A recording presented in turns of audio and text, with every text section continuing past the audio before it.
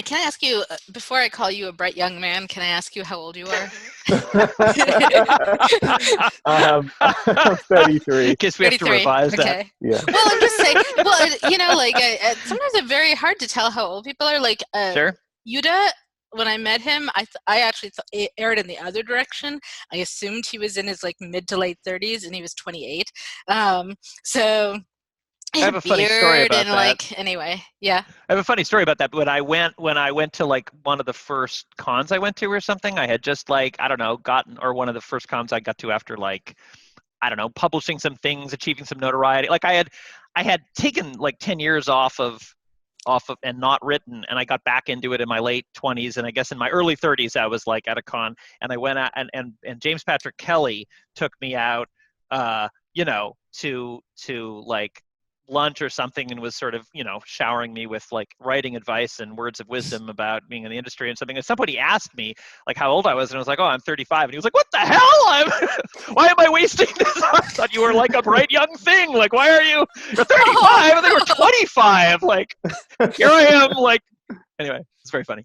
That's hilarious. That's sweet. So, and sounds like James Patrick Kelly. Yes. Yeah. So, okay. I'm gonna officially start, but you'll see we're pretty much like this all the way through. So, yeah. Hey everybody, welcome to Moenraj and Rosenbaum Are Humans, a podcast of the SLF's Portland Project, and we're here today with our first official guest, Cadwell Turnbull.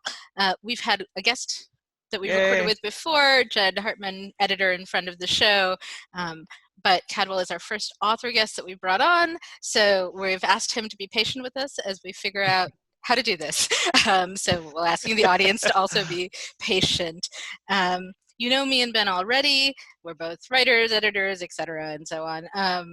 We are going to... I mean, if you're going to call me an editor, then you should call Jed an author. Yes, okay, fine. But game designers, blah-de-blah, etc. But you may not know Cadwell Turnbull, although you should, so I will introduce him. He's author of the science fiction novel The Lesson. I would say, I'm looking at your author bio page, I'd say the breakout science fiction novel The Lesson. It was a debut novel that kind of like dropped like a bomb, and everyone was like, whoa, this kid is cool. He has an MFA, he went to Clarion, he's published a bunch of short fiction, Asimov's Lightspeed, Nightmare. His Nightmare short story, Loneliness is in Your Blood, was selected for Best American SF and Fantasy 2018. Also, his short story, Jump, was selected for Year's Best Science Fiction Fantasy 2019 and featured on LeVar Burton Reads, which is very cool. Yeah, I'm a little... I can't believe that happened. If you have any kind of in with LeVar, Don't. He just came down from on high. Cool. And The Lesson actually got all kinds of kudos. So I kind of think we should start there. It's set in his native U.S. Virgin Islands after an alien colonization. Is there any other bio stuff that I've forgotten that I should be mentioning here? No, that's good. Thank you. Appreciate it. All right. And Ben, is there anything else you want to add before we dive into The Lesson? Or no, I liked it. You liked it? Did you just finish reading it, or hot off the press? So I read it pretty recently. Yeah, I read it when it first came out, and I was just sort of like refreshing my memory recently. But since I've been talking a lot, maybe Ben can start with. I heard you read from it. We were together at weren't we? I don't know if we were both reading or if I just came to your reading, but it was at like KGB in New York. Yes. Back when humans gathered in actual physical proximity to one another. Yeah. And I think either, like, I don't know, did we read together, or maybe I just had another? I think I was up there for a reading, but I think maybe I had a reading the next night, and you were reading with Dora Goss, I think. Yeah, I was reading with Goss. Yeah. And I think I was, So did you come out after? Yeah. Yeah. Okay. Yeah, I think then we hung out after a little bit, but that's where we met. And I remember that's the scene you read from, the scene where the what's the guy's name? The Jackson? teacher, Jackson, Yeah. The meets bar scene. Mara in the bar. Yeah, and which is super like intense and exciting. And then I think I like ordered it after that, but I have a tendency of having stuff hanging around on my Kindle getting lost. So I did just read it, and I one of the things I was talking to somebody about it, and I was saying like I would read this if the aliens never showed up. Like, which is not true of every science fiction book, not even of every science fiction that I like. Like, there's plenty of science fiction books that I love and I will go to bat for, and I will like be like, you should totally read this book. But like, I would not necessarily just want to hang out with those characters for the length of a book if nothing exciting world building wise happened. But like, frankly, like the bar scene is like a good bit of the way in. There's a bunch of stuff that's happening sort of in the countdown to the aliens showing up. And I was like, if the aliens never come, I still like I just want to know what happened to these people. So that I was really appreciate that. That is a compliment. Thank you. Yeah. Well, because I had a similar experience, right? I mean, I think I knew this was science fiction when I started reading it, but I wasn't waiting for the science fiction. Because I was immediately, I mean, the prose is beautiful. It's sort of kind of minimal and effective, right? In that kind of it's interesting to think about like different prose styles, and this is not overwrought and flourishy. It's very straightforward. It kind of reminds me of Alice Munro in that way, and very much I'm a fan of her work, so oh, there you go. I would say that she's at least one influence. Yeah, and so it's and very revealing of character, right? And so really quickly when you start reading this novel, you get a sense of lots of familial interrelationships, lots of complicated character stuff between people, and a lot of kind of like the things that are not said that are kind of lurking under the surface, but really there, and you're like, ooh, there's going to be some meaty stuff here. So that's, I don't know, that's I just always find that delightful, and I got caught up also right away. And I love the intergenerational stuff. Like there's a grandmother right away, and that kind of complexity of I don't know. I feel like often in science fiction you get a certain flatness of age. Is that fair? Like everybody's 20, or like everyone's 20 or 30 or maybe 40 at an out, like at the outer bound, they could be 40, but no older than that, right? So it was just, or like they're all 40 or they're all 20. You know what I mean? It's sort of like, because it's right. more, like a lot of like it is. I mean, it maybe because it comes out of an escapist adventure tradition or something, but like having a lot of multi-generational like interconnections in science fiction is, I mean, there's a significant minority, but it's certainly like not certainly that's not the average work. So now I feel like I have to now pause and warn our readers and Cadwell that Ben and I will just talk and not let people get a word in edgewise. So we're actually terrible podcast hosts, I'm as it turns out. No, but we're clearly going to have to practice what it means to have a guest on the show, and like pause for questions. I'm going to be like here on the video version of this, like sticking my hand over my mouth, saying, "Shut up, Ben, shut up me. Let's let him talk." I'm going to ask you a question. You have to actually ask a question, yes. Yes. So, and this is coming out of, I write about science fiction related to Sri Lanka, so we have some similar kind of like brown island people stuff. And whenever I do, I frequently run into audiences who have only the vaguest of idea of what Sri Lanka is. They've maybe heard of it. They don't know where it is. They don't know what languages are spoken there. They certainly don't know any of the political history. So I was thinking that if you don't mind, like taking a few minutes to just kind of frame the U.S. Virgin Islands for our listeners. And they're like, where is this? And, what's going on there? Would you mind doing that? Yeah, absolutely. So the U.S. Virgin Islands is a territory of the U.S. There's like a suite of them. So, there's the Virgin Islands, there's Puerto Rico, which also has like a special designation as a Commonwealth. There's Guam and the Pacific Islands, American Samoa.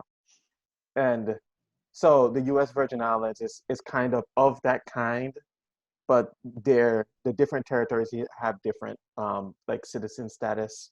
Yeah, Um, I already want to interrupt and ask you a question. Like, I'm aware that Puerto Rico has had an ongoing conversation about statehood, and that some are in favor, some are not, etc. And in general, I guess my feeling is like, I don't know, it's a very like, if we rule them, they should get a vote. So it seems tremendously unfair that they don't, right? right. So is the same conversation happening in the U.S. Virgin Islands? Is that even on the table, or? It happens. It happens a lot. I would say that in terms of like the steps needing to be taken to get to statehood, Puerto Sure. Rico is way further along. Okay. Mm. And Um, is Puerto Rico bigger in terms of population, or? um, I I believe so. It's Okay. definitely a bigger island. But Saint the Virgin Islands is Saint Thomas, Saint Croix, Saint John. I think they can all fit in Puerto Rico. Okay. Mm. I'll put it that way. Yeah, yeah. Um, and Puerto Rico has done more of the steps towards statehood. I think their conversations around statehood are a little bit more robust than in the Virgin Okay. Islands. Okay. Um, but so there's a question of statehood. Some people want statehood. Some people want to remain as a territory. But Mm-hmm. there's also conversations around independence. Oh, Some yeah, interesting. yeah, Also in Okay. Puerto Rico too. Yeah. yeah, There's yes, as three well for parties Puerto in Puerto Rico. Rico. Yeah. Yeah. Yeah, and Uh, there's a history of that, both on Puerto Rico and the Virgin Islands of like wanting independence. There was an independence movement in the Virgin Islands that was, it was around the civil rights era and it was pretty, Mm-hmm. Mm-hmm. sufficiently squashed. My it's, history on that is not really strong, but yeah, no, that's Mm. fine. I um, think my understanding of, Sri Lanka got independence in 48 from the British, but I think in large part that happened because India put up such a big fight in 47, right? And mhm, Mm-hmm. so Sri Lanka was relatively, smooth, and the UK was also, Britain was exhausted after World War II. And so They were they decided to wind that whole thing down, I yeah, think. I think they lost their hold on many of their colonies in that time period. So I think that's super interesting to me. And now I want to ask you: have you run across Jamaica Kincaid's essay collection, A Small Place, by any chance? yes, Okay, yes, I so because love it. Yeah. that's when I think about these little island countries that were once colonized and are now trying to recover from colonization. I teach that in my post-colonial lit class, and I would recommend it to everybody.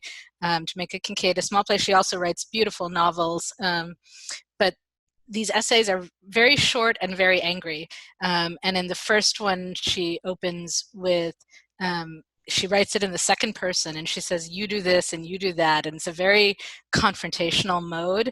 And she kind of calls out fat, pale American tourists that come and lie on the beaches and enjoy the sunshine, never bothering to think about how this same sun is blasting the island and making it difficult for the crops and drought conditions and whatever else, right? And she's also Hmm. equally angry. She's angry at the tourists, she's angry at the history of colonization, and she's angry at the native, this is in Antigua, the island of Antigua.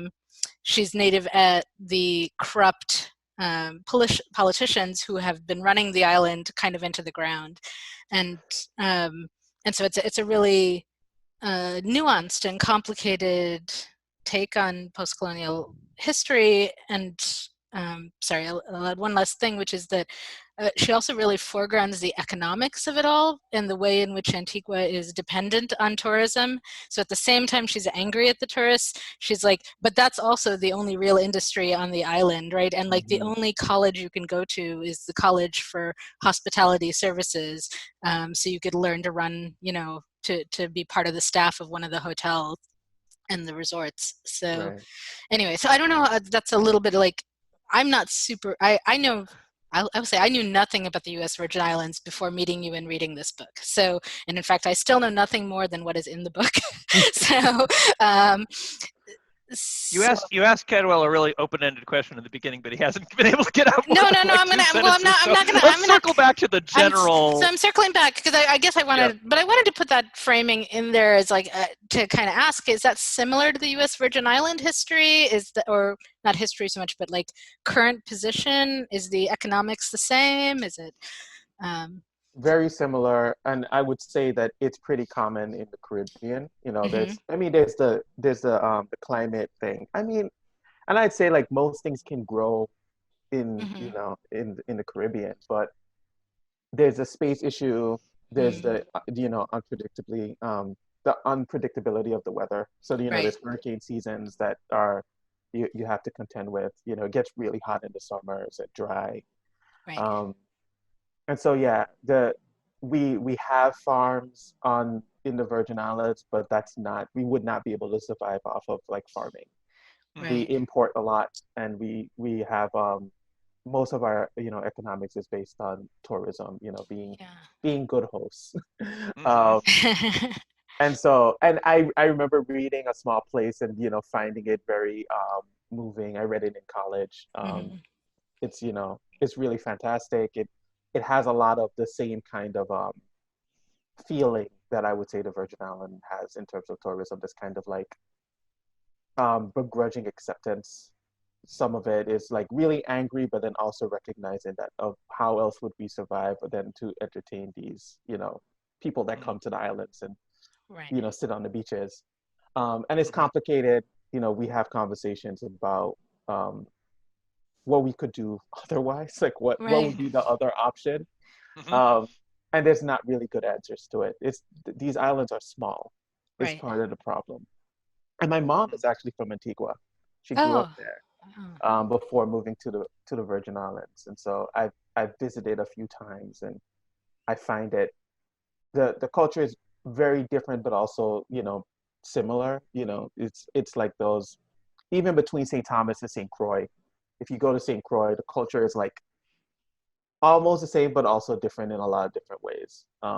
You have me wondering, like, whether, we've talked about the pandemic a couple times on this show, and whether one consequence of the pandemic might be a shift in, towards more companies allowing more people to work from home, and, like maybe there'll be virtual tech jobs and so on that people can do from the U.S. Virgin Islands.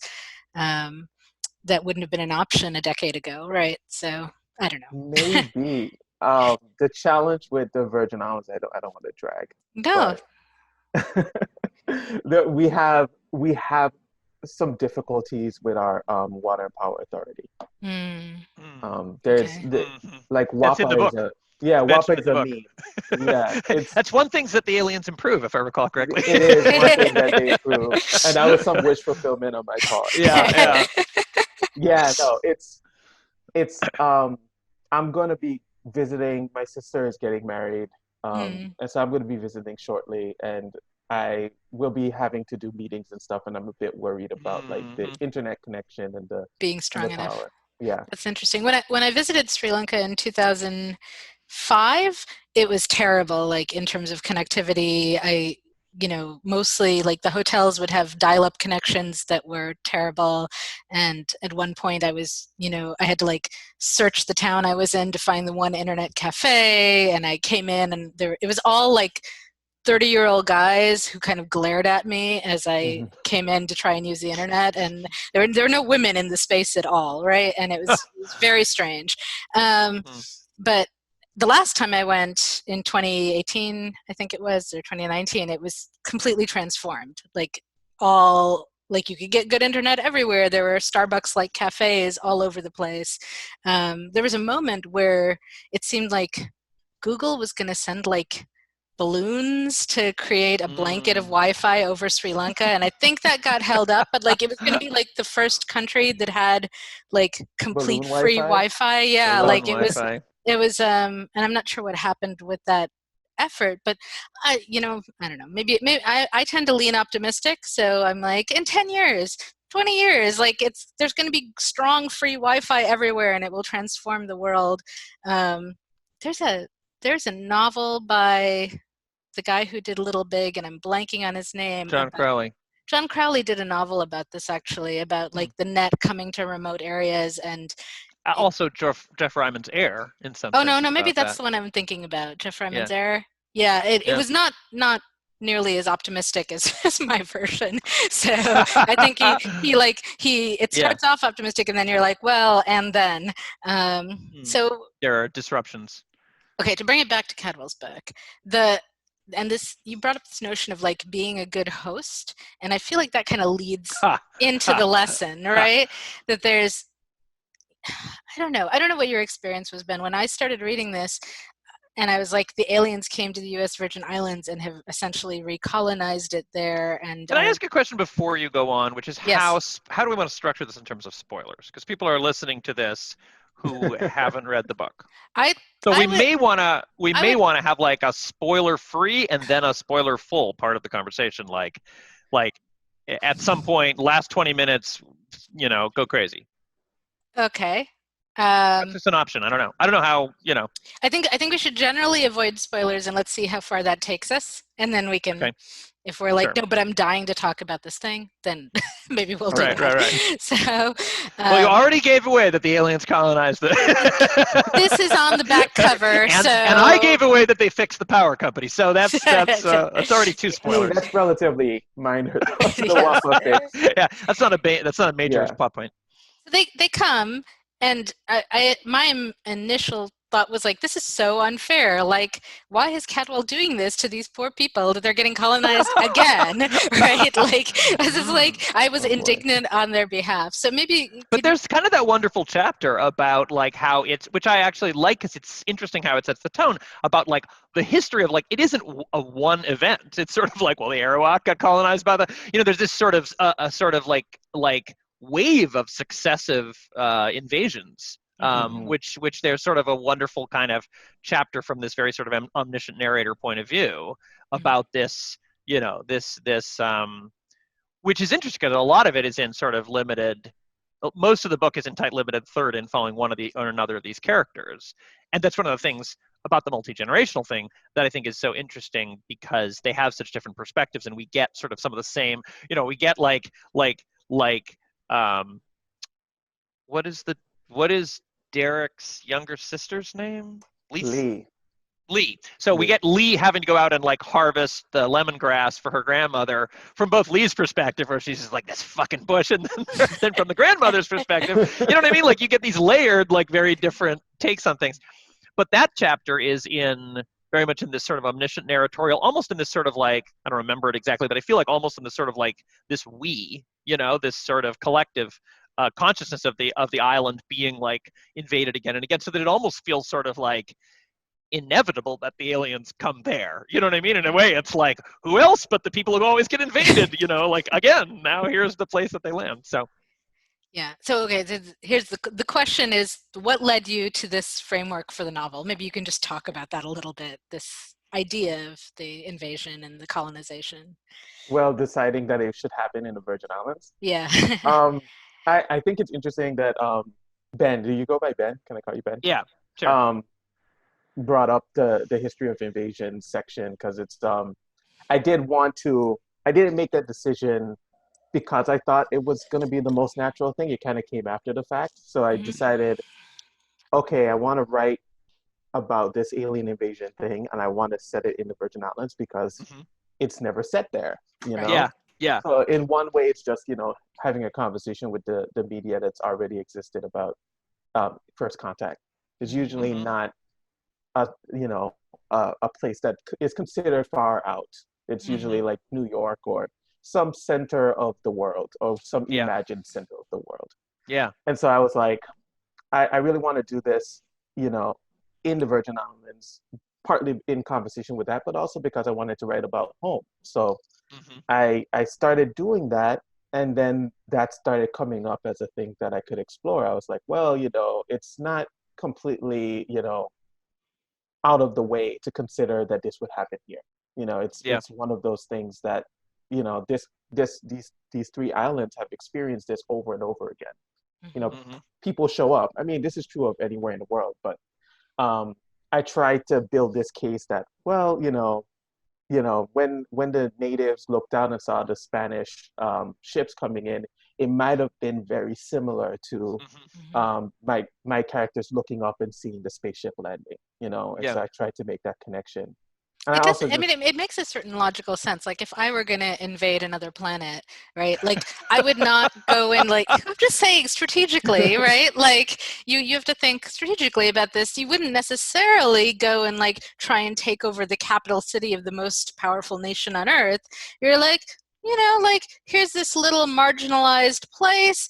They're not going to put up a big fight for it. We can establish a beachhead. I read it in a very different Yeah. frame, which is that because these aliens are essentially so powerful Right. that like they don't notice the difference between DC and St. Thomas. Like I think it's more like and actually I have to say I talked about the lesson on the there's like the Coode Street podcast where they keep interviewing. They're doing like a series where they interview different people, and ask them what they're reading. So I did an interview recently with the Coode Street podcast and asked me what I was reading, and I said the lesson, and I was talking about a little bit about it with Gary Wolf, and I was like, it is, first of all, on a literary level, it's like breaking the trope of like it always has to be DC or New York or whatever because that's what we think of as the center of the world. It is this sort of kind of active defiance and resistance to be like, you think you're the center of the world, but also realistically, like, they're aliens.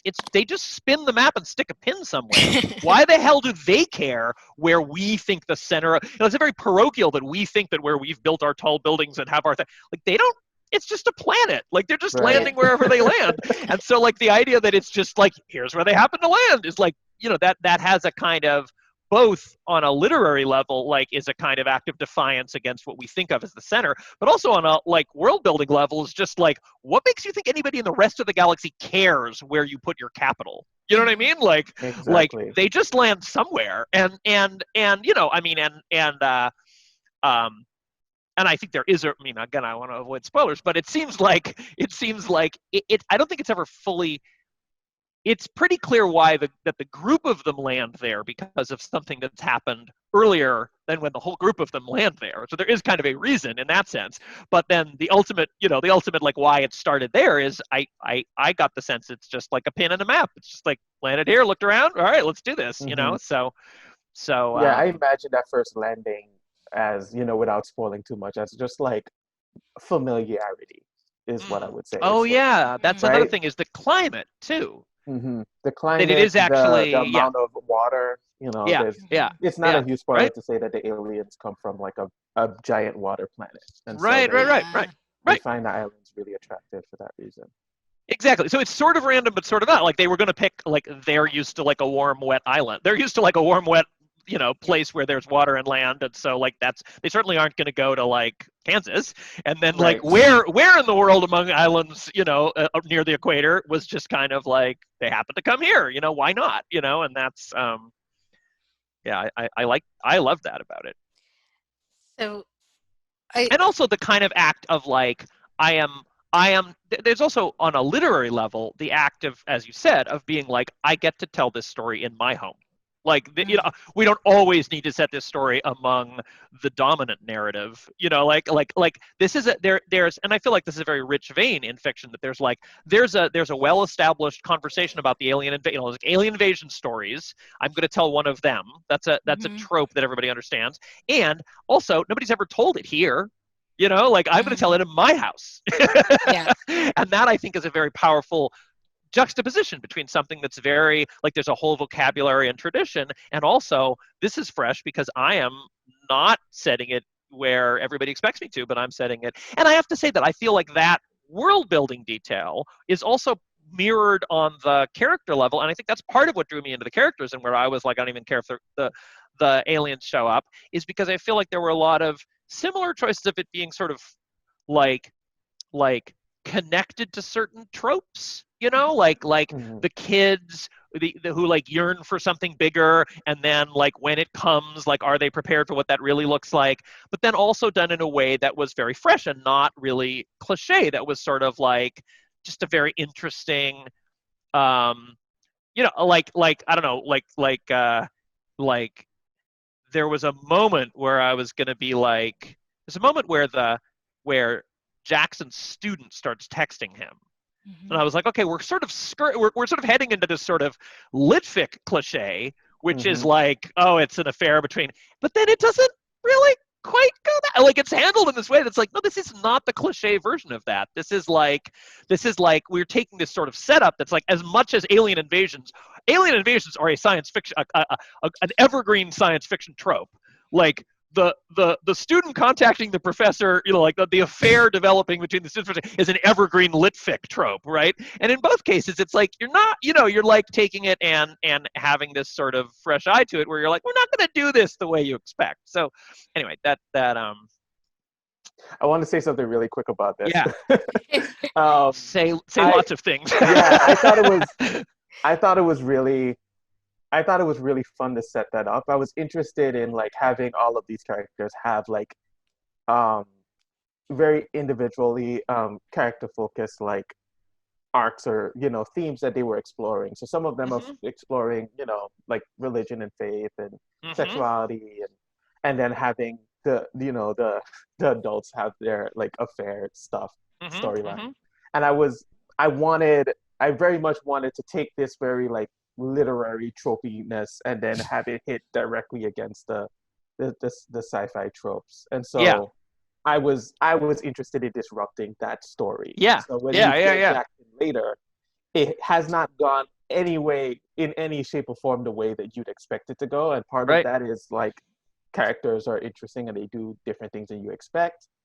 They're not tropes. And then also some of it is the arrival of the Ina, aliens landed. Disrupted their aliens landed in the middle of my lit story. It's like Updike story, but then aliens land. But what if? Yeah, and I think that way, having those two traditions like interfere with each other and enrich each other is really interesting. It gives it a lot of power, and in the fact that, I mean, also just about that sort of like, it doesn't, like, it's also like, I want to say that there's another thing that's sort of mirrored between the interpersonal human level and the world building level, which is like, it's like a certain restraint. So Jackson's, I mean, maybe this is spoilery for that arc, I don't know, we can postpone it or something. I think it's but okay. Jackson's interaction with the student is actually not the like affair. Like, they don't actually, like, it's an emotional entanglement. He doesn't actually go there, but it still kind of fucks everything up. You know what I mean? And there's a way in which the aliens don't like nuke cities. Like, the kinds of things they do are these kind of small, intimate, personal amount of violence.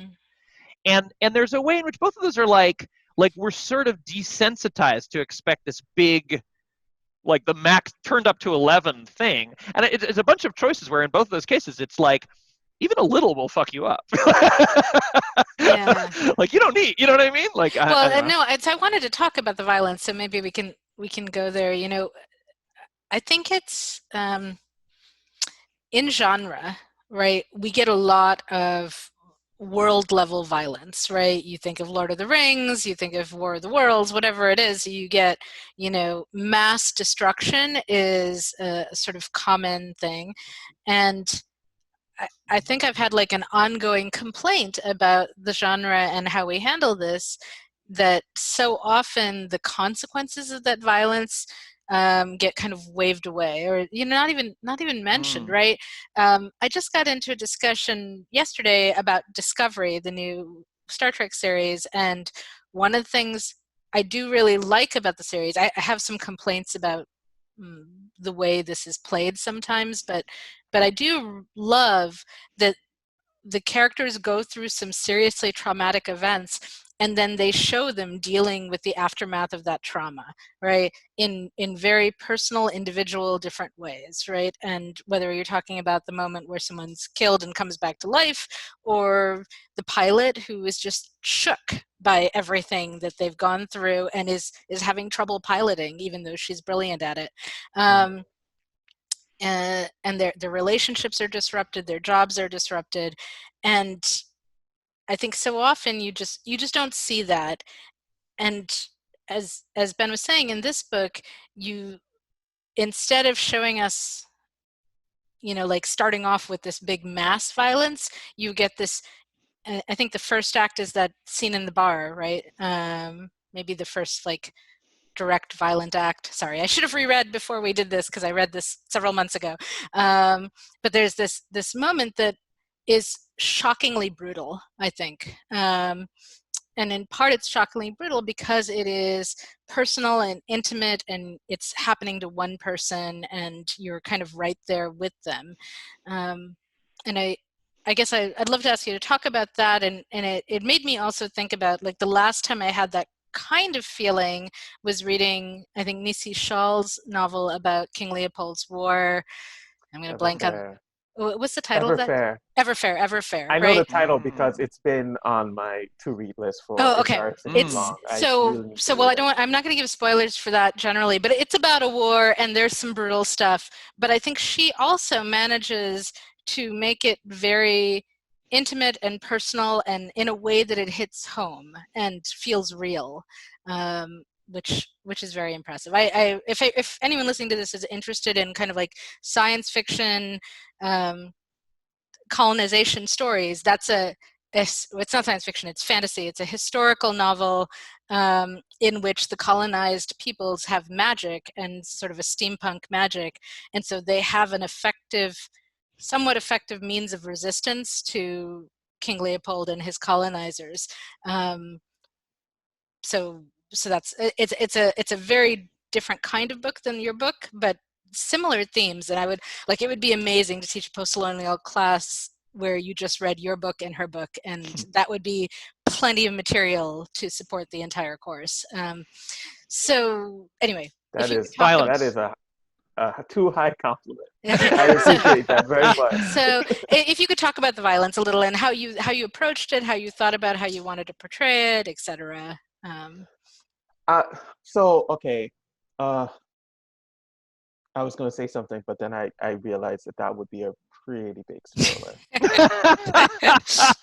Again, we could like have a part at the end where we go spoiler. I'll say this way: the violence that actually happens in the book, I lost sleep over. There's a lot of stuff that if you're from a small place, no pun intended, not trying to, but if you're from a small place, the weight of loss is different. I don't know how else to explain it. For like the rest of the world, I've gotten some people that have told me like they wish they knew what was going on in the rest of the world with the book, and that was, like, I understand and respect that point of view, but that was not what I was trying to do with the book. I wanted it to be set in the Virgin Islands, but for what happens in the Virgin Islands is pretty big.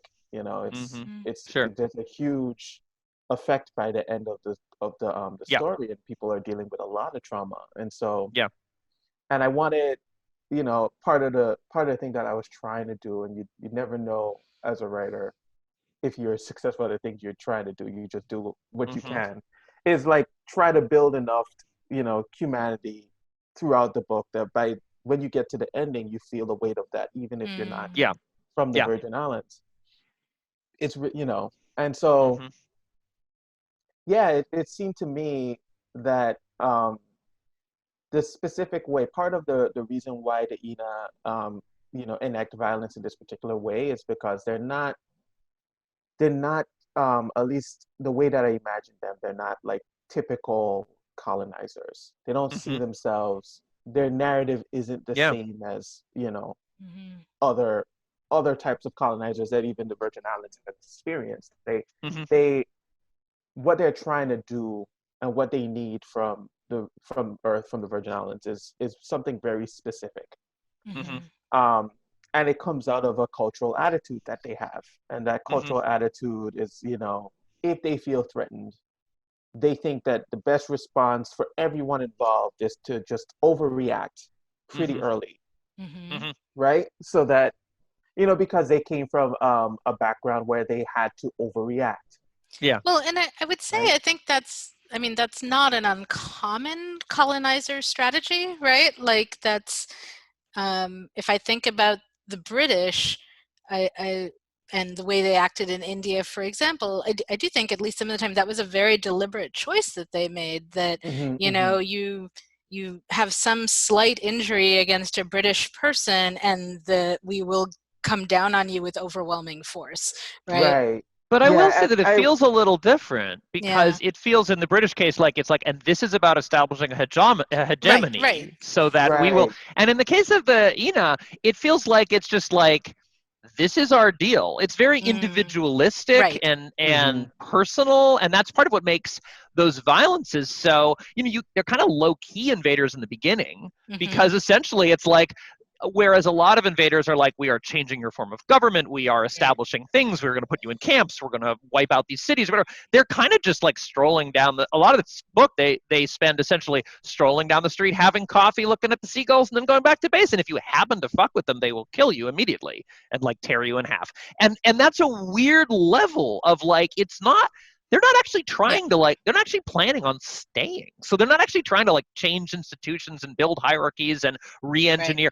They're just there, and if you're in their way, it's horrifying. And just that level of like, their unconstrainedness is so terrifying. And the fact that we then see that through the eyes of these, these very personal interactions with that. And even sometimes very obliquely, like the person who, like, we do see the person whose life was screwed up by the fact that the alien killed his brother, but we also see somebody who's like, but Lee's life is kind of screwed up by the fact that her friend's death was overshadowed by the alien killing the brother, which is still like at 2 steps away, but still shows like how this reverberates, anyway. Right. So. No, well, and I want to connect that to, I don't know whether you meant to do this, Cadwell, but to me, that was very resonant with gender violence and the way that women often exist in the world with men, and this sort of sense of like,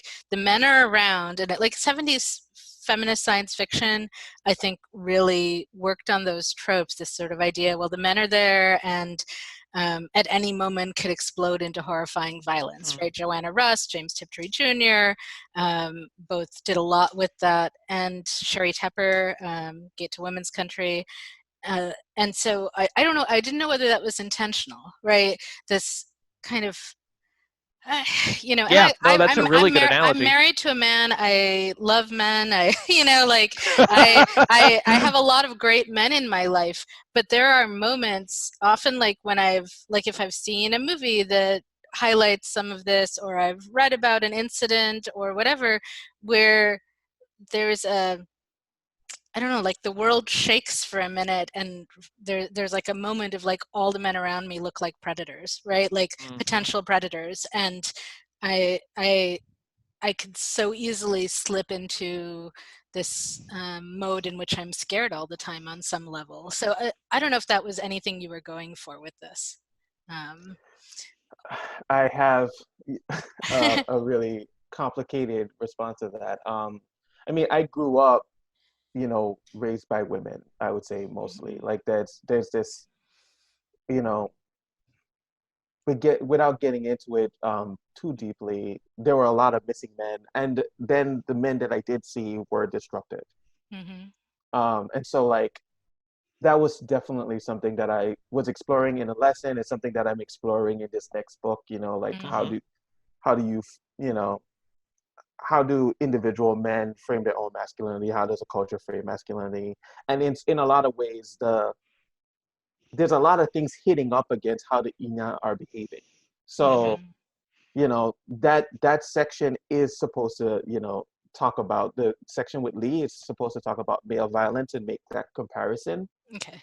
But the Ina themselves are not, that's not their framing. They're actually, their gender parity is, they're pretty equal in terms of who they respect within their culture. The women are respected as much as the men. But the way that they behave to outsiders is the thing that is part of their culture. But it's just sort of like the Ina are a really good way of explaining to men what it's like to be a woman in the world. Yeah. Like, these people are strolling around acting perfectly normal, except sometimes they kill you and there's nothing you could do about it. Like that, right? Like that vulnerability that's like like the sort of, it's not like it's a war where the other side is coming and everybody, it's just like, it seems like an ordinary day until it doesn't. Yeah. Right. And Yeah. so, like, Yeah. sorry, I was just gonna say No. that the Ina aren't coming to Earth with all of that cultural context in mind. You know, they're doing their thing. Yeah. And Yeah. the people on St. Thomas are mapping all of this stuff onto them. So, like, Yeah. of course they're going to tie the Ina back to their history of colonialism, because that they've experienced that before, and the Ina are doing things that can be read as very colonialist. Yeah. Not to the Ina though, and Right. their Yeah. cultural context is very different. Yeah. And then, especially with Lee, there's a character in Lee's section, Woody, that is, actively abusing someone that Lee loves very much. And this is happening while the Ina are there. And I put those next to each other to compare.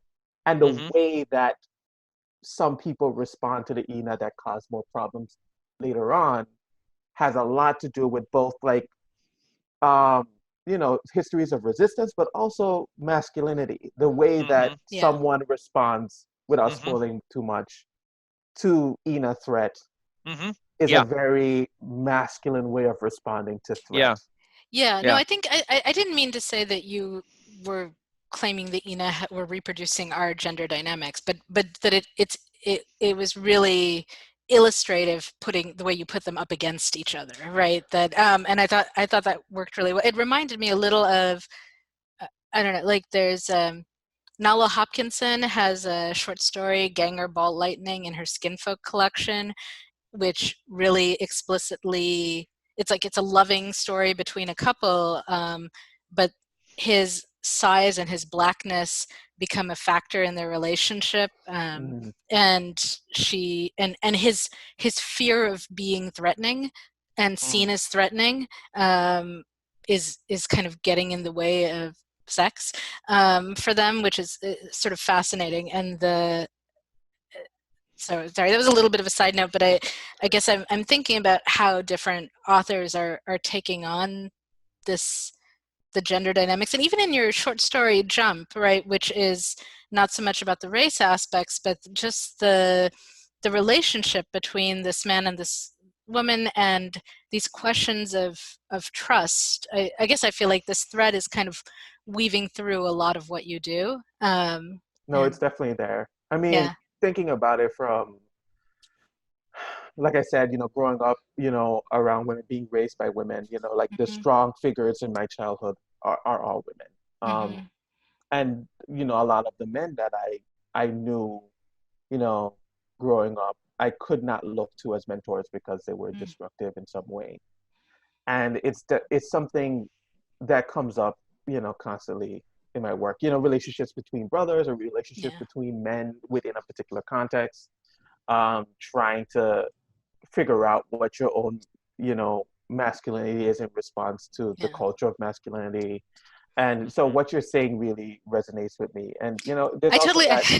Sorry, I was going to say, I did at one point a roundtable discussion on masculinity with Ben and various other people that's up on Medium. And I totally, now I want to go back and let's do this again and bring Cadwell into the conversation. And anyway, sorry, go on. I was just going to add one extra aspect to that, being, Black and male, there's also that,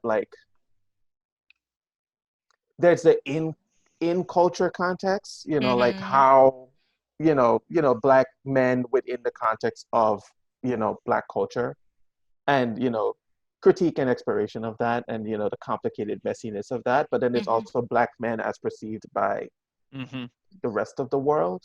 Right. And so, being very sensitive to that is also a thing that pops up quite a lot. Can I ask you, you are native to the U.S. Virgin Islands. Were you young when you came to the U.S., or when, No, I came to I guess I was young. I came to the U.S. when, for college, for undergrad. Oh, well. I was 18. No, but that makes a big difference. I came to the U.S. when I was 2, and so I would, that's it's almost as if I was born here, not quite. And I think that is a very different state. So it's interesting because you seem to me, and I say come to the U.S., you're part of the U.S. So like That's right. I was come going to to say come to the mainland, come to the mainland. Yeah. Yeah, right. We Like say it's stateside. Yeah. stateside, come stateside, Yeah. right? So like there's a, I think, when I meet people from Sri Lanka who came to the U.S. for college, they seem very Sri Lankan to me, right? They are clearly kind of like imprinted in a way that I would not read you as being born from not the mainland, right? And I don't know whether that's just because the U.S. Virgin Islands are similar enough in culture, or whether you've assimilated a lot, or I don't know. I don't know whether you can answer that. You said you're 33 now, right? So like 13 years or something like that you've been here. So. This is okay. This is hard to answer too. I would say some of it probably is assimilation, but more accommodation than assimilation. So like when you're, like a linguistic term, when you're in certain contexts, you sound and act a certain way. I would say the way that I sound or the way that I speak and act in a Virgin Islands context still feels more natural to me. This is kind of like, this feels like clothes, but clothes I'm comfortable wearing is what the and so going back home, I can kind of just slip right back into that kind of mode. Yeah. But I've been away long enough that, I'm the way that I slip into that mode is dated. But then there's also, I was always kind of different, Yeah. so like the way that I like related to the rest of the world. When I was growing up, I was dealing and having these questions about like masculinity while being within the culture. Right. And so like leaving and having to kind of like, move into this American context of Black maleness. Like back home, I'm like, I look like mostly everyone. Right. You know what I mean? Yeah. And so some of that was already sensitivity. Some of that was, moving into a different context, having to learn really fast what other people's sensitivities were in relation to me. There was a time when I was in undergrad. I went to La Roche College. It's this like small college in the North Hills of Pittsburgh. And I was walking with another friend from the Virgin Islands, and we was just strolling through like the property, and we kind of wandered off the property, and without knowing it, like got really close to someone's backyard, and the guy came outside with a shotgun.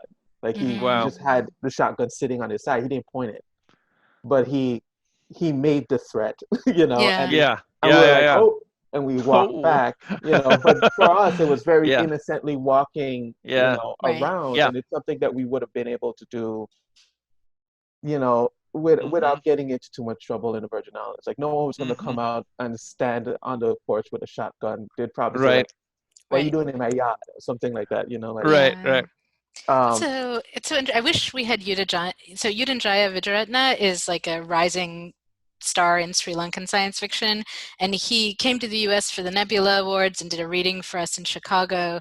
And now I want to ask him, like, when you're in the US and like you're now like in South Asia, there's a lot of like, what is this POC thing? That doesn't mean anything. Like, person of color is not a useful term if you're in South Asia, right? Because like everyone around you is brown, right? So that kind of like political sense of it doesn't make a lot of sense. And now I'm really curious whether Yuda felt like he had to make accommodations in order to like get along smoothly when he was like at the Nebula Awards conference with the SFWA science fiction writers. I don't know the answer. And I Tobias Bickel is, a mutual friend of ours, and I met Toby. He's a Caribbean science fiction writer as well, and I met him many years ago.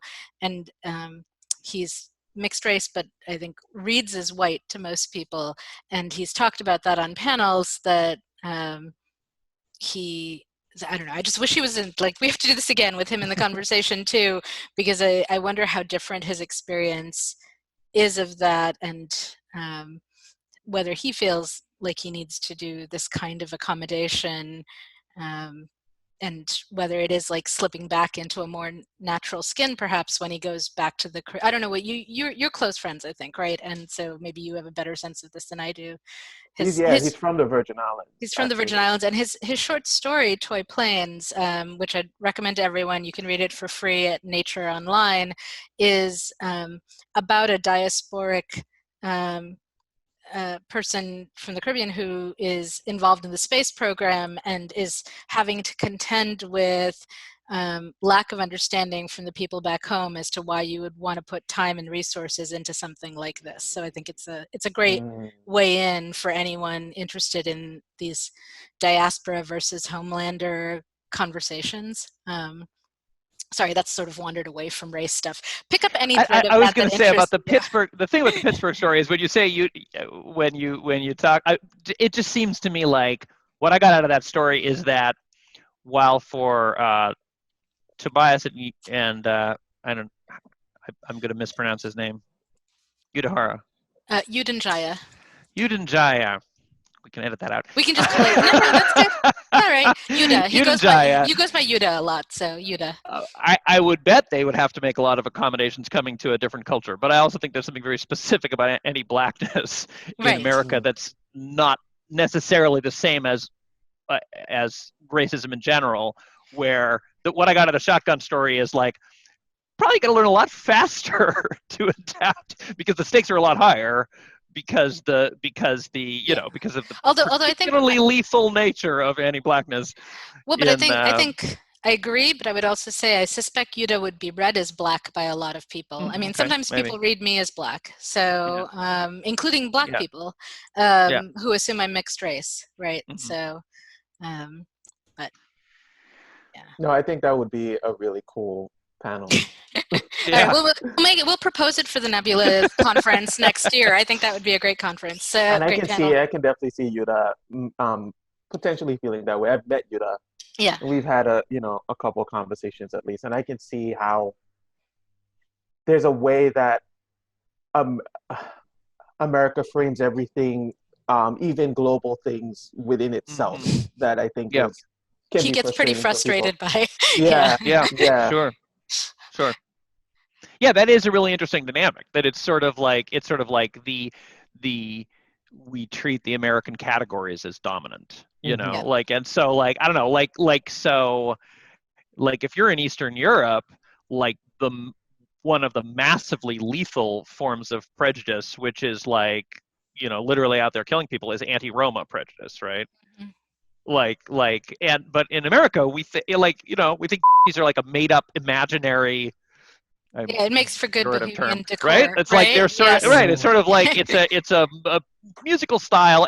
Like we don't even think they exist. We think they're like fairies, right? There's like there's a million Roma in Europe who are, and like in recent, within the last few 10 years certainly, there have been campaigns in like Hungary and the Czech Republic, which is like to deny them citizenship and like like people have been there for generations. I don't know, like that's a real thing, but like America has definitely like that doesn't like fit into the same categories necessarily. I mean, it's real, but it's also like, I mean, this is all of these things that are constructed but also real. I think we have a lot of trouble with, right? Like we can say gender is a construct. It's also real, right? Like it's, it's real in how it gets implemented, and it gets implemented differently in different places. Yeah. I know, Ben, I don't know if you remember this, you read a draft of one of my memoir pieces at one point where I was sort of struggling with the fact that I knew that I'm Tamil. I knew that in Sri Lanka there was 30 years of civil conflict in which people like me were killed. I knew my grandmother's house was firebombed, and people were dragged out of their homes, tires put around their heads and set on fire in my lifetime, right? When I was 12 years old, and it for being Tamil. But here in America, that ethnicity means, it just doesn't carry any of that weight, right? Like. People don't know what Tamil is, or they may know Tamil from Bollywood movies, but they certainly don't know Sinhalese. And it's, I don't know. It's an invisible. Well, it's and invisible to me, right? Like the fact that there's a piece of my identity that is so less weighted here than it would be if I had grown up back home is weird. Really complicated. Complicated and weird. I do want to ask you a little bit about some other stuff that isn't about the lesson. So before we I have another couple of things I wanted to ask about the lesson. Because I think you mentioned it very briefly, but one thing I think is really interesting, and I wanted to hear you talk about, is the role of religion. And in particular, I feel like, actually, before I say that, and I think this dovetails, but when you were talking about the ina and masculinity, am I saying that right? Ina, yeah. The ina and masculinity. There's it's interesting that, like, on the one hand, I have a pet peeve of aliens who don't feel really alien. Marianne knows that, like, many times if we're critiquing, I'm like, but this wouldn't, why are they kissing? They're lizards. that was one of my stories that he's complaining about. He was right. He was totally right. That's a tip as a critiquer. Invite me to be your critiquer if you want me to complain about your aliens not being alien enough. But there's something where the enough feel truly like exactly what you're saying about, like, they step into this context where they're read a certain way, but there's a whole other thing going on in their world that's, like, not related to that at all, and they feel like they have their own concerns and thing. At the same time, I sort of don't want to let them off the hook entirely in terms of the comparison, because there is two aspects of it that actually map really well to masculinity, which is that the ina are entitled. They feel like their existence is primary, and the existence of other kinds of creatures is, kind of secondary or not really. Like, it's clearly the ina are the center. And so that, while it's not the same phenomenon, is like an analogous phenomenon. And the other thing is that the thing about the lesson, which I don't know if it's a spoiler to, like, it's kind of intriguing in the beginning when you're like, what's the lesson? So maybe I won't go into it too much.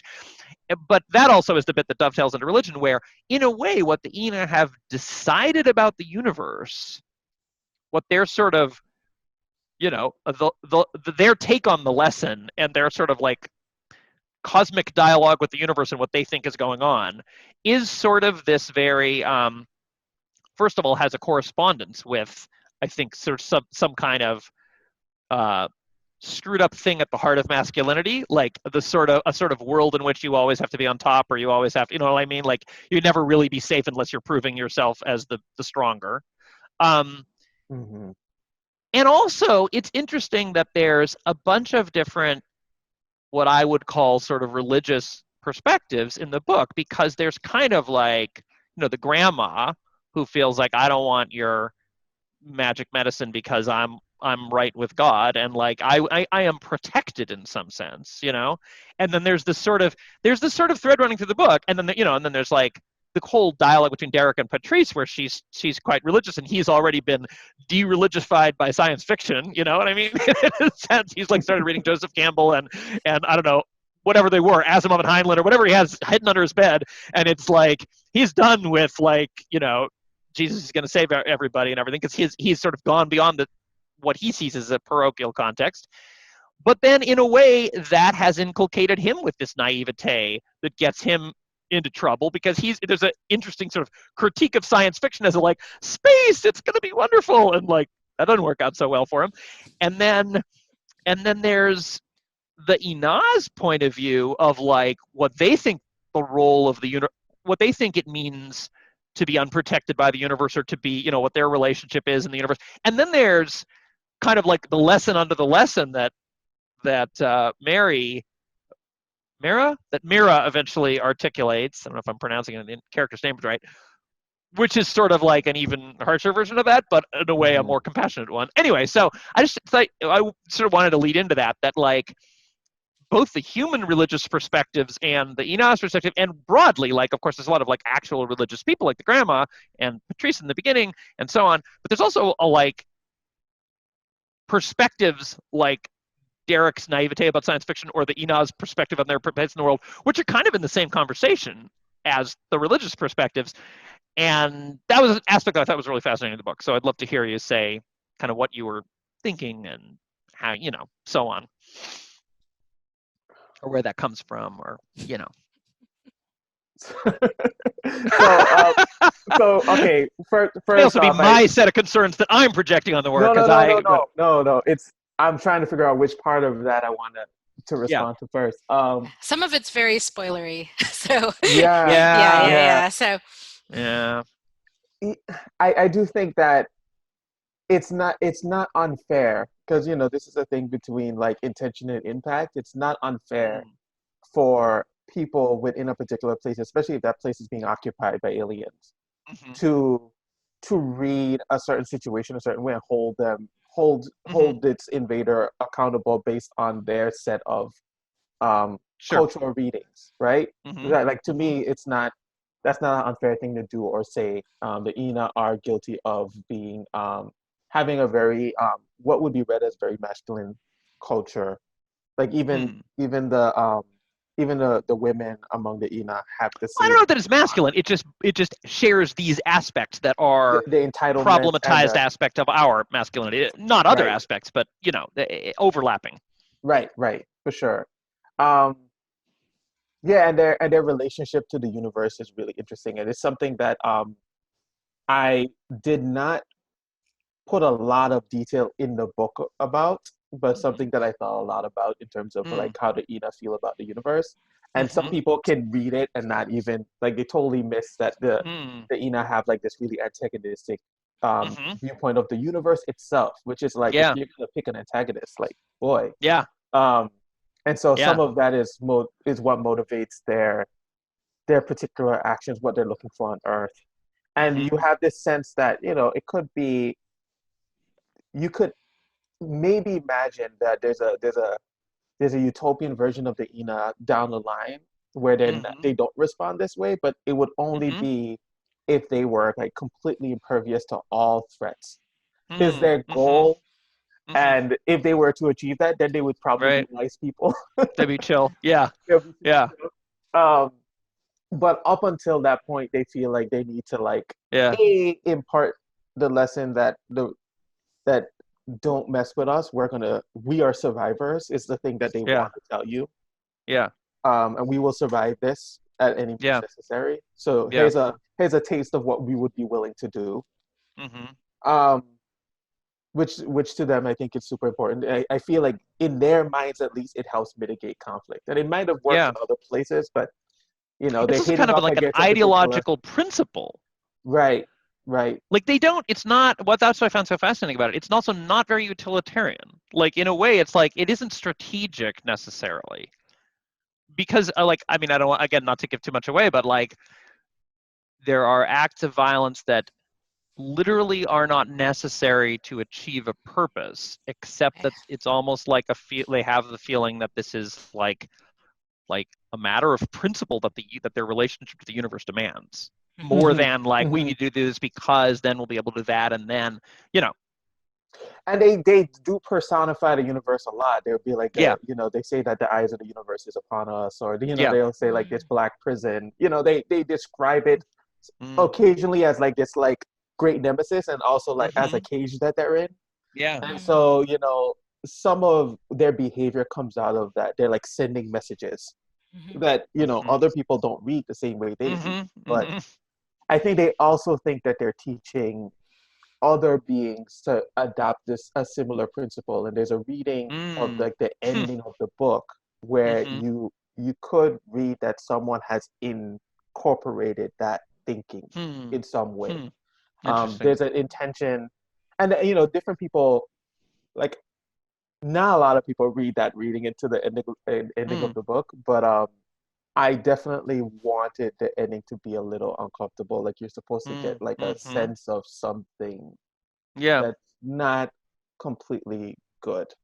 mm-hmm, Um, but it also feels very justified within the context of the story. Like a decision that a character comes to, mm-hmm, if you project it, if you imagine that this has effects beyond what you see, mm-hmm, could be led down a really disturbing road. And mm-hmm, it's but it's not entirely unjustified within the mm-hmm, context of the trauma that mm-hmm, the Virgin Islands has experienced, and this character in particular. Wow, I'm mm-hmm. spoiling everything Yeah, yeah, now. no. I want to And let so, you answer Ben's question, and yet I'm like, don't give it all away. right, right.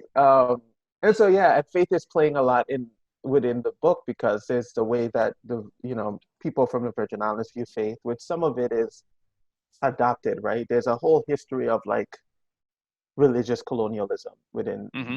within the Virgin Islands. You know, we have, despite our size, we have a lot of different denominations of Mm. Christianity that have set up Mm. shop, and there was kind Mm. of like these kind of jockeying Yeah. battles between these denominations about like Yeah. indoctrinating the Right. black masses. Um, Huh. and so there's a there's Also, probably because definitely there was because of that succession of invasions where it went from right. sort of Spanish to Danish to American control within. I imagine that plays Mhm. into that. It does. And so like, some of that was me trying to like explore, specific questions or like about faith. Mm-hmm. And I wanted to do it in a way that felt very like fair and Mm-hmm. even-handed. Like I Mm-hmm. different people Yeah. arrive at different faith-based responses to the Ina, and I think that they're all Mm-hmm. legitimate.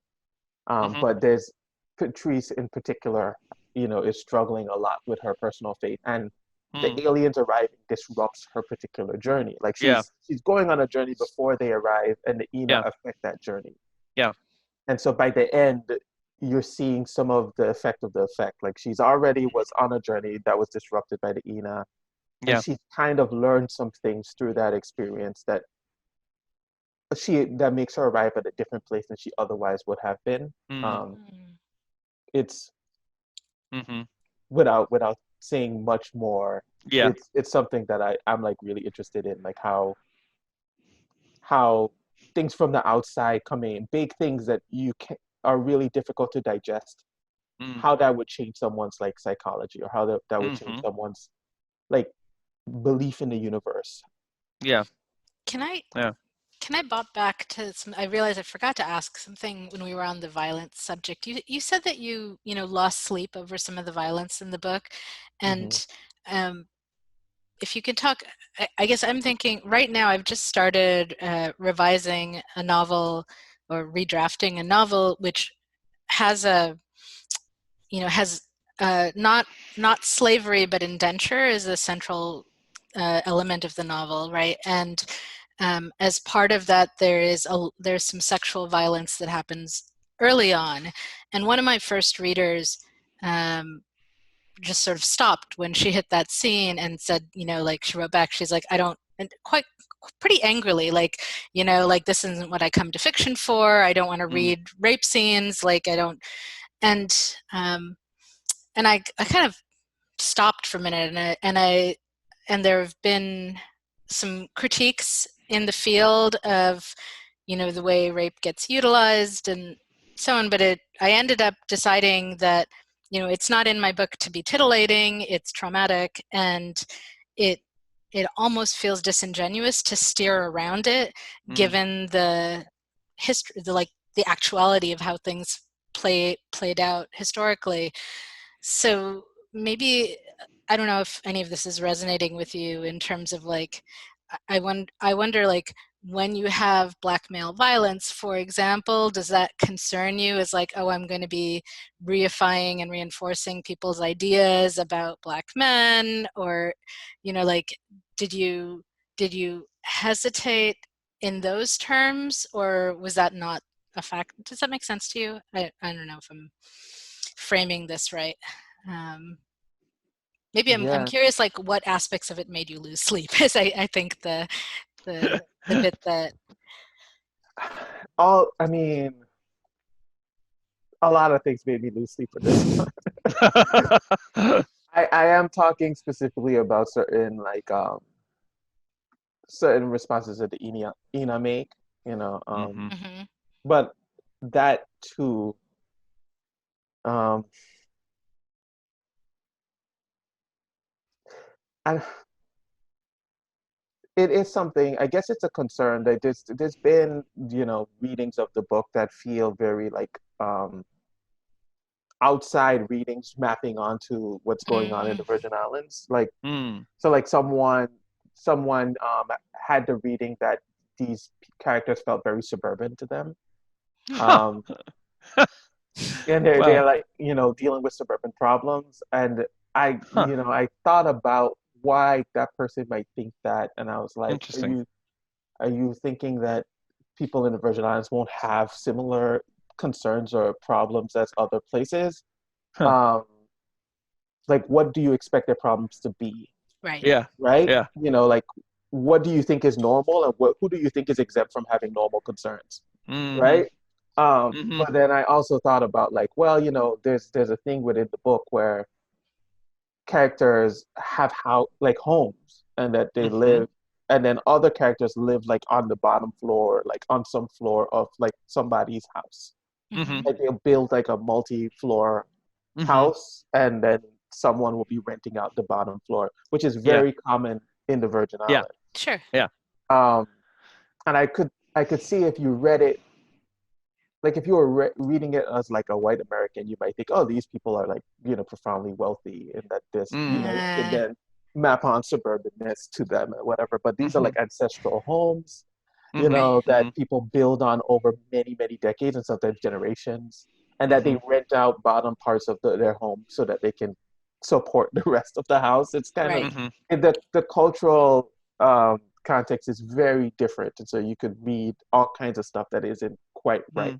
Um, and it never occurred to me to try to like disambiguate that, like Well, explain. there's only so much education you can do, right? I feel like there's like this is one of the challenges of writing this kind of book for a global audience rather than just say a U.S. Virgin Islands audience, right? Is this when I was writing Bodies in Motion, my grad school book, my advisor read an early draft and said, like, oh, you're writing this for white people. And I said, what? And she was like, well, you explain everything. And I was like, I had to go back and like sit with that a little bit and like, oh yeah, I've lived my life explaining Sri Lanka to white people. Mm-hmm. Mm-hmm, And I had mm-hmm, to kind of rethink like, who is this book for, Mm-hmm. and sort of recenter. I decided that my sisters would be my central audience. Like I would write the book for them with the kind of nuance and complexity that they would expect. And then kind of I thought of other audiences as like outward circles, right? So mm-hmm, like, then if it also worked for other Sri Lankans, great. If it also worked for other people of color, great. If it also worked for white people, great, but not if it was going to compromise what I was doing for my sisters as an audience, right?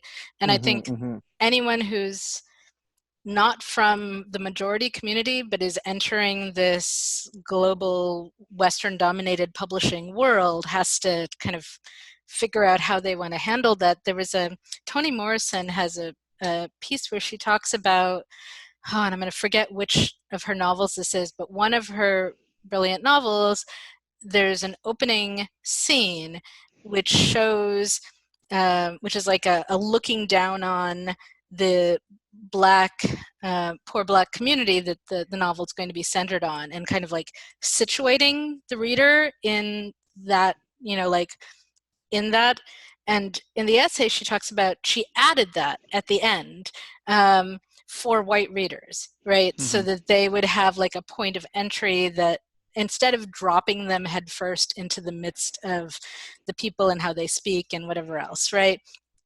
And so, and she kind of regretted it, and at the same mm-hmm. time was unclear if she would have been as like a breakout success if she hadn't done it, right? Mm-hmm. So I mean, Right. like Oh she my didn't God. come, she never had easy answers for anything. She always kind of like let it be complicated. But Mm-hmm. I think about that a lot, and like how much do I want to explain, and how much is it possible to explain without compromising what else you're trying to do, right?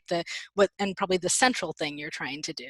So I don't know. Sorry, I just Right. throw a bunch of stuff in there. No, that really resonates with me because I have really complicated feelings about Yeah. this Yeah. subject as well. Like Yeah.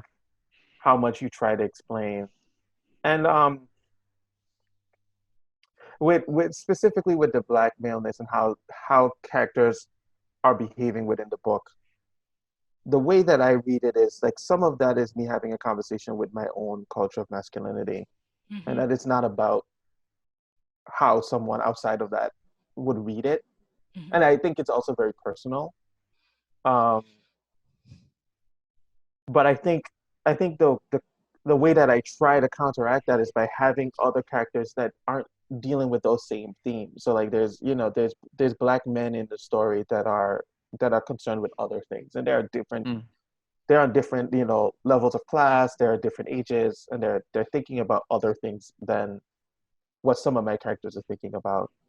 Um, and I wrote a story that's very, very personal to me called Other Worlds, and this one is a novelette. It's also a part of this current book now.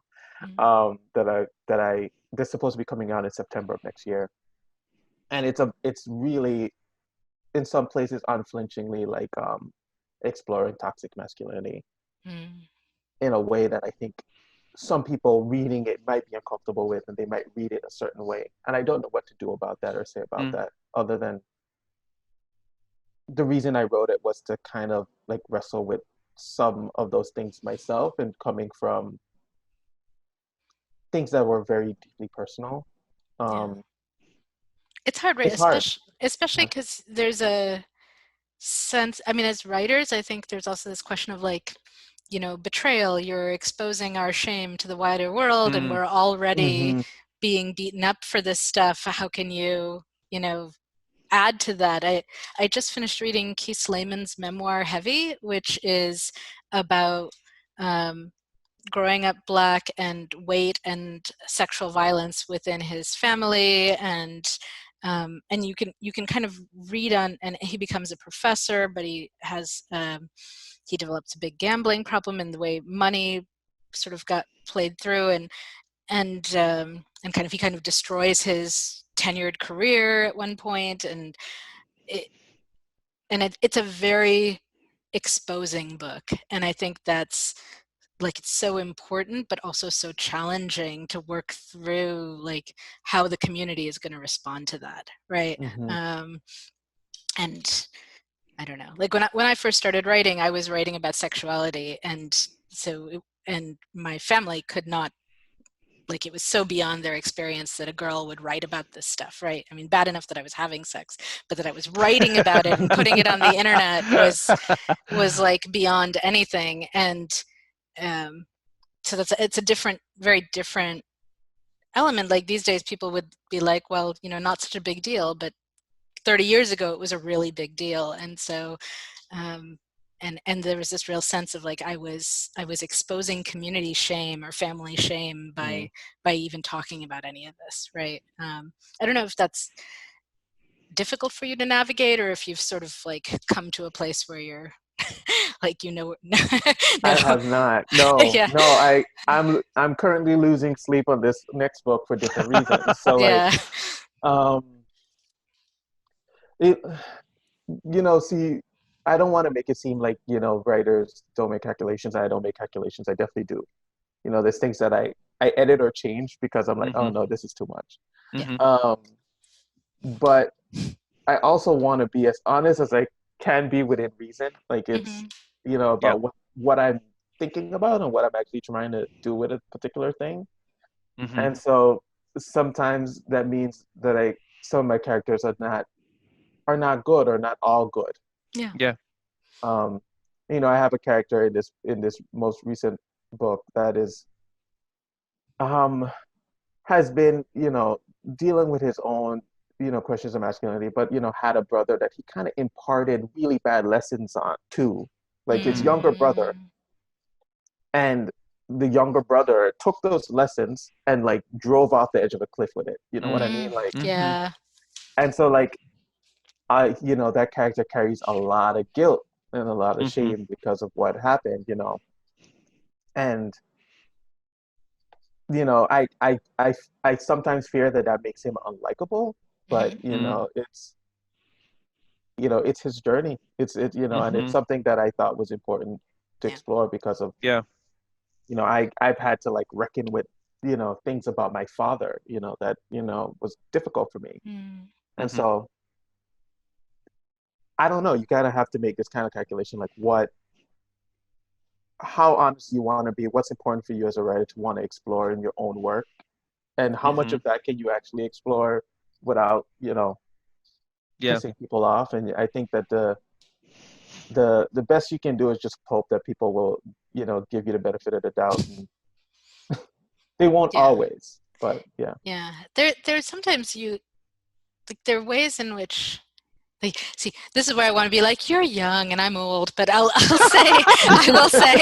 say I've got an extra 16 years on you as a working writer. So I will say, like, one thing that I have seen is sometimes you are ahead of the culture in what they're ready to talk about, and then they catch up, and then that then lets you push ahead a little more, right? And so, I mean, not that you always have to be, making them angry and scandalizing them, but I do think that, like, Marianne's saying, not that you always, it's just worked for me, but yes, it just means, like, there are things that I think would have been almost impossible for me to say 30 years ago and have anyone, I could say them, but have anyone hear them, right? But that I can now say, right? And so I don't know, like, there is an evolution of the cultural conversation, both in the homeland culture and in the wider culture, right? At least in my experience. So things that Good to hear, though. things that were shocking are now taken for granted, right? And so that then and things that were blind spots for me, I have come to a better understanding of too, right? So it's also like your own evolution as a writer, and being able to face things that, maybe were too hard to look at full on when you first started. I don't know. So gets, I don't know, you get a little, I think many of us get a little more unflinching and more willing to, I don't know, when Ben reads my memoir drafts and so on, he's often kind of poking at me to be a little more brutal with myself. I don't know if that's quite the way, but a little, you know what I mean? Like, not quite as,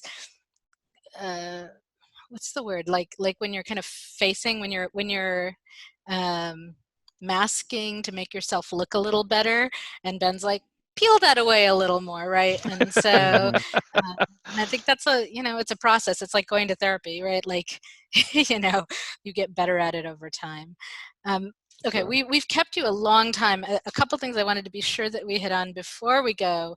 I wanted to ask you briefly about your MFA experience, assuming it was not terrible, given that you are now teaching in academia, but I'm kind of, big assumption. Well, it might have been terrible. not so terrible that you swore off it entirely, but, like, can you talk just a little bit about how it was for you? Did you find it useful? There's a lot of conversation in our genre about MFA programs and the value of that kind of classroom experience, and specifically being POC in that environment, whether it was, and I don't remember where you went exactly.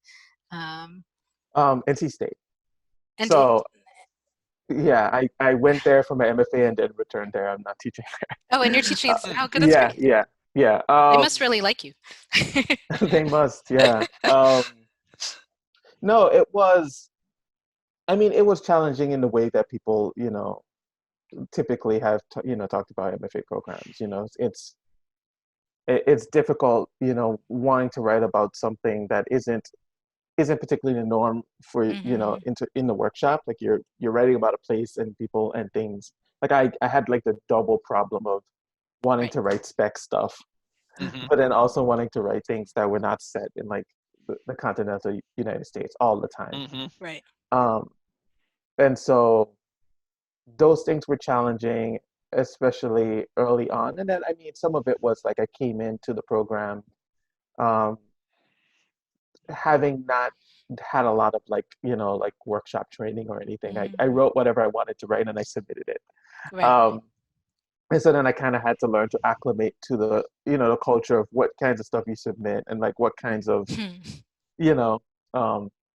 and so that took a while. And so I would say, like, the first year was harder, but the second year was really good, more because there was more spec writers in the group. The culture of that year was a little bit warmer, I would say, and there were more people of color, and they were writing all kinds of really cool stuff. And so, and I kind of stuck around a bit after that because I decided I wanted to get a linguistics degree as well. And so my MFA experience was, the typical MFA, NC State MFA is 2 years. I was there for 3.5 years, doing also the linguistic stuff and attending workshops when I could. Nice. So, Oh, that's fascinating. Yeah. Cool. Now, I'm like, we could do a whole separate side thing into linguistics. Both Nalo and Tobias have talked a lot about kind of the way they use language in their stories. And I mean, this, I would say the lesson is written in fairly standard English. I think I'm trying to remember if. But there's quite a bit of you. I was going to mention that there's actually it's very interesting, the use of dialect, and like a bunch of different like ways that it expresses people different. I am coming to it as an outsider, but like at different class positions and levels of, and people in different contexts and stuff. And I thought I thought it worked really. I mean, it was, for me, not versed in that dialect, but is extremely like both instantly comprehensible and also like very much like I don't know, I read it as centering that experience, like this is how people talk. And I think it's a fine line, because it can be difficult to know how much of the way people actually, the way we speak, doesn't really map to the way we write about how we speak anyway. Right. So and then there are standard, like the standard dominant dialect of a language. There's like a closer mapping, and also like a bunch of conventions where we know that they would really say this, although we're writing this. But then as soon as you get outside of like the dominant dialect, then like there's what I mean, that the transcription is an interesting question of like how much do you put on the page, and how much do you expect people to hear into it, even though, you know what I mean? And I don't know. And I thought it hit. So Ben is writing, just for context, Ben is writing a game at the moment that is, gives players the option. It's set in a Jewish shtetl, and it gives players the option of whether they want to play the game in standard English, in inflected, like flavor texty kind of Yiddish, or full-on Yiddish. And you can, I mean, it's not that the entire game is written in Yiddish. I am not a fluent Yiddish speaker, but like there's a lot of like the richness of the, I mean, it's a historical game, as I said, in the 19th century, and it's in the shtetl, and like a lot of the stuff is Yiddish, or references, Talmudic, whatever. And like, so I actually have the way I decided to deal with this very problem that we're talking about, which is, because it's a computer game, you could do this, of like how much do you translate, as it were, is to let there be there's like 3 levels, and you can pick a setting in the beginning, and if you pick the most Yiddish setting, I'm not explaining anything, it's just all like completely like whatever, all the phrases, I mean, obviously most of the text is still in English, but like a lot of it is just like, if I talk about the tefillin or a mikveh or whatever, or I'll just say, you could change the game based on which setting. I don't think you're planning to do this, right? I mean, but you could sort of say like, well, you can make assumptions about audience, right? And like, okay, well, if they're picking the full Yiddish setting, then the people playing this are going to be from within the community, deeply within. I can maybe push a little harder on some stuff as a result. It doesn't. Well, in some ways, I don't want to change the plot. Like, I want everyone to have the full plot, but I don't want to ease up on the not, but it does, but it is on a nuance level, like you are getting more information often if you are, you know what I mean? I'm not like, and so anyway, there's one that's like, I am not editing at all. Like, even if I just learned this phrase from my research 10 minutes ago, it's going in. The other level is like, would I have understood this when I was getting my bar mitzvah? Right? It's like the middle level of like in group, but not versed. And then there's like just full mayonnaise. You know what I mean? Just like I am going to, nobody even says oi. They're just like, oh dear. So anyway, but I don't know why, but that's like an example of like how which is different, because that's not, I mean, these are Yiddishisms. Sometimes it's like a Yinglish dialect, but a lot of that's not really a dialect. I mean, there is a Yiddish inflected dialect of Jewish English, so partly it is that also, in terms of like, I don't know. And cool. Some of that is preserved even in the white bread level of like a sentence order, you know what I mean? Like the sort of I should worry, that kind of, phrasing. But yeah, anyway, but Anyway, I thought in the lesson I that wanted there to was bring a that. there I was a wanted to bring great that in as a sort of reference point for the kinds of things that you think about when we're doing this sort of work, right? yeah. From my point of view, I've done very little with this. I am fluent in only English. I was fluent in Polish at one point, I was fluent in Spanish at one point, and I was fluent in Tamil at one point, and I have mostly forgotten all of those. And so when I try and do things set in a South Asian Sri Lankan context, I'm drawing on my tiny, tiny bits of Tamil and kind of peppering them in. Like, so it's, it tends to be just the endearments. I mean, essentially it's the words that have stuck with me. So it's very diasporic in that sense, right?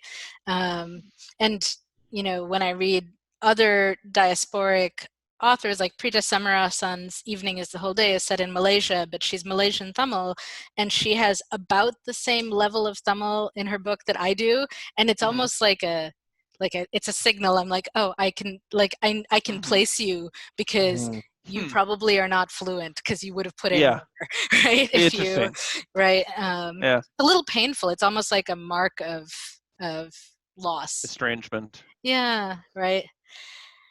It's hard. Yeah, my wife is from Nepal, and she speaks Nepali pretty well, but she typically speaks Nawari, which is her like tribal language. But all of those things have been atrophying. Yeah. If you don't use them, they go away, right? Yeah. So. Yeah. That's interesting, and that's also of course in the, I don't want to presume whether you're have kids planning on having kids. I don't know, but like it's an interesting as a multi-generational conversation. Yeah. My wife is Swiss, and we live in Switzerland, which is also funny because Switzerland is a diglossia where they speak Swiss German at home. I mean, the German-speaking part where I live. If they speak Swiss German at home, that's like the language you raise kids in. That's the language you live in. But it's not written down. Like, it doesn't have a written language. Like, if they write in Standard German, the newspapers in Standard German, the laws are in Standard German. The only context in which you write Swiss German down is like folk songs or maybe like recipes or sometimes like postcards, and it has no defined orthography. Cool. So if you write, so when I was first reading, in fact, there's a very funny, embarrassing story I may have mentioned on the podcast, where when I was living in Switzerland and I knew German and I was trying to decode Swiss German, and my wife came home and found me reading all of these like her private letters, and she freaked out, and I was like, oh, I was not even paying any attention to the content. I had no idea what this document was. I was just decoding like the spelling, but I was like, of course, in my enthusiasm for like having found some actual Swiss German text, I was like, ooh, and the two Y's, that must be, and then she was like, those are my letters, and I was like, oh shit, they are? Oh crap. But I did not mean to intrude, but like I literally was just like so excited to have found written Swiss German because it never happens. Oh wow. Anyway, but that's the kind of thing where, and what's interesting is because Switzerland is, it's a bit of a digression, but it's interesting because how that influenced my understanding of dialect. Because Switzerland is like actually economically richer than Germany in many ways. Like Germans are the ones who come across the border to work in Switzerland, but culturally, it's definitely like sort of second class because Germany is where they speak proper German, and all of the Swiss are a little bit insecure about their spoken German. You know what I mean? Like the ones the more educated them are, the more confident they are in German, but there's always the sense that somebody from Germany proper is a little bit more of a really literate and elegant. And there's that kind of thing, how there's that kind of thing with a marginalized community where like you'll see older members complimenting like how, like, I don't know, like the blonde kids are the ones who are like, oh, they're so beautiful, and there's a little bit of an edge to it, like, why is the blonde kid the beautiful one?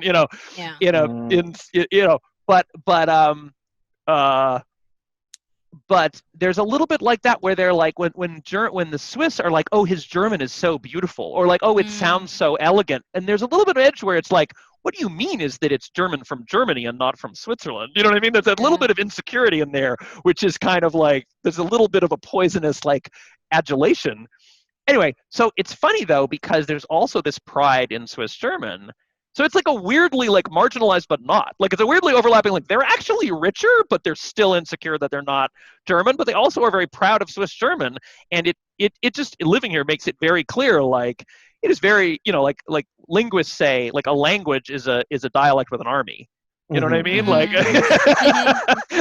like that's the language. They're all dialects until you get an army and a state house and you're in charge, and then it's a Yeah. language, to which Switzerland is an exception because they have an army, but it's still not a language. But anyway, It's not entirely the same, but St. Thomas, the Virgin Islands does have this kind of like pride in the localisms, but then yeah, also like please speak standard.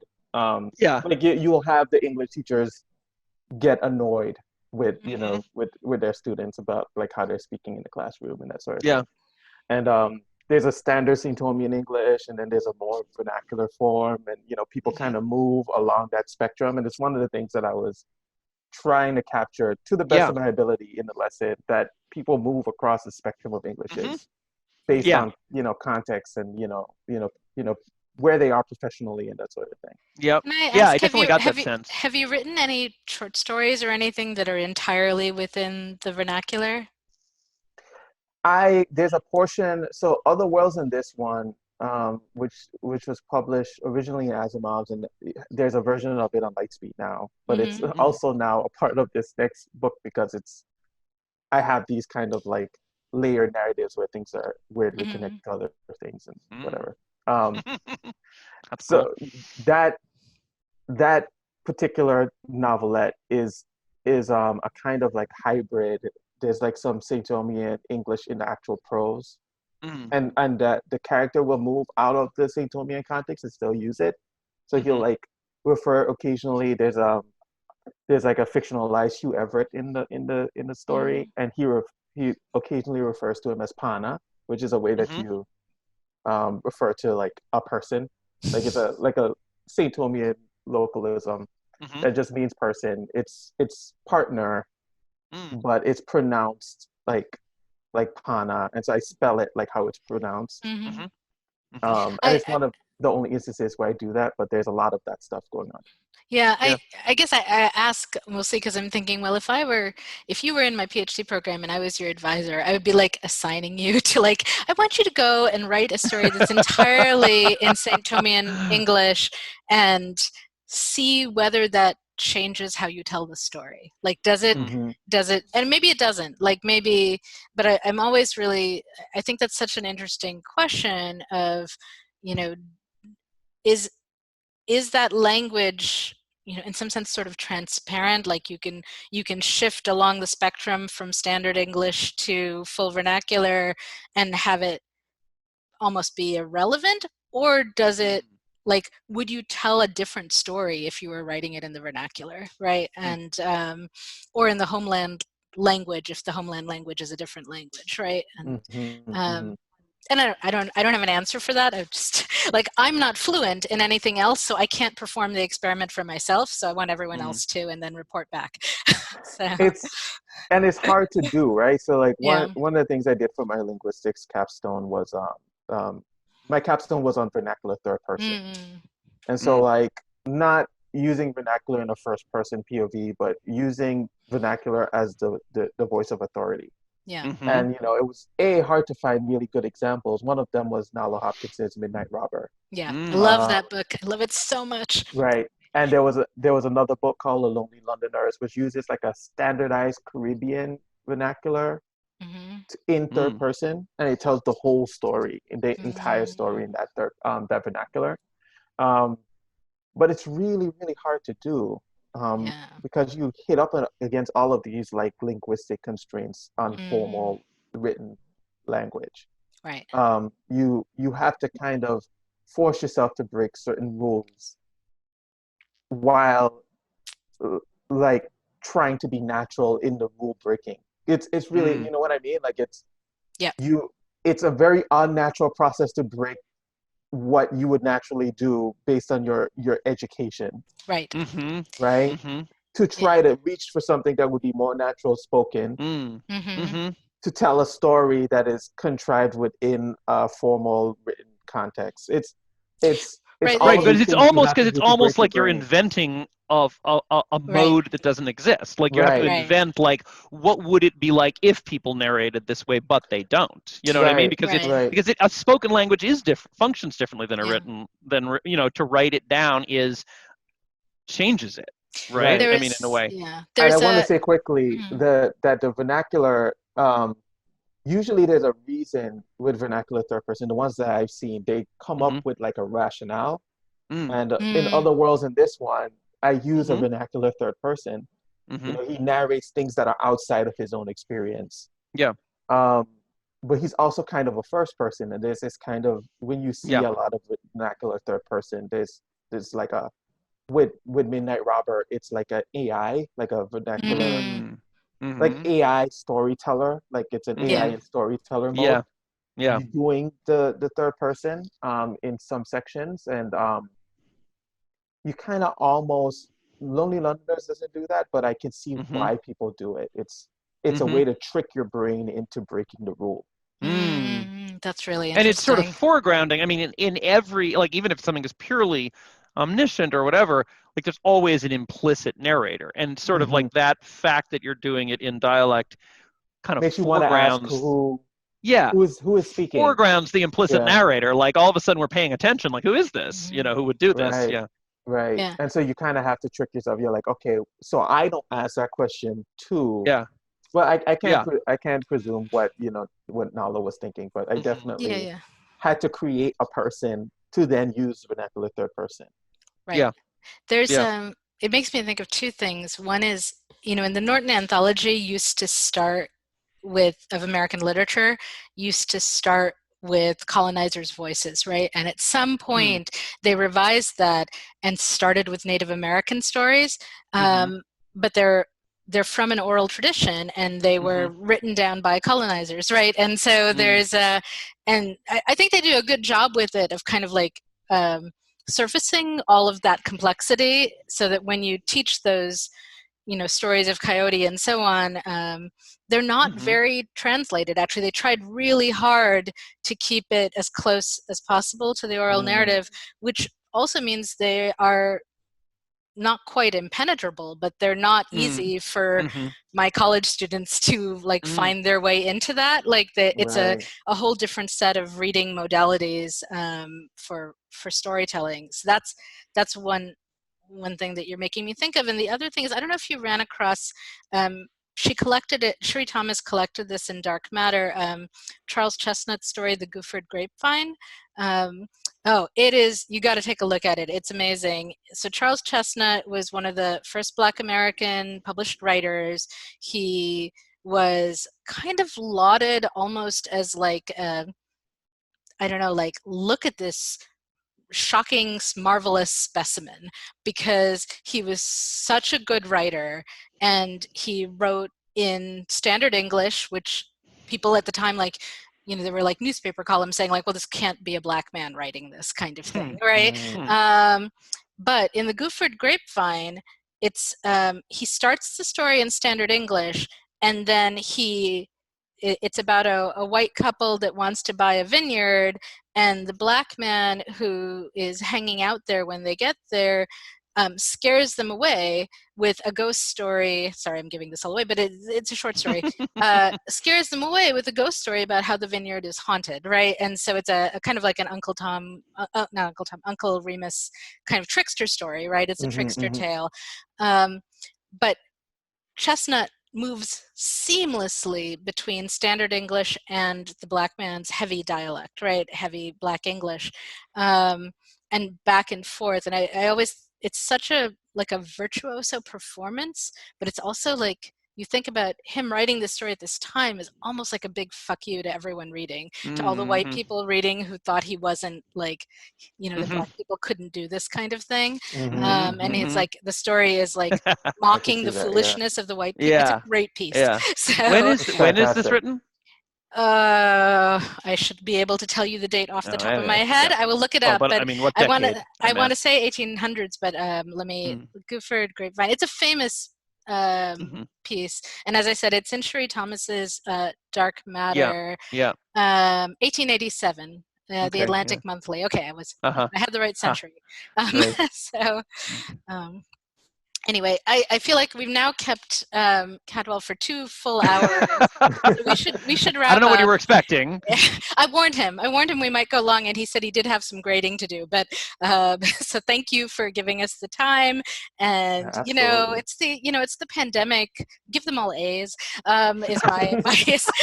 I'm not saying that exactly, but pretty close.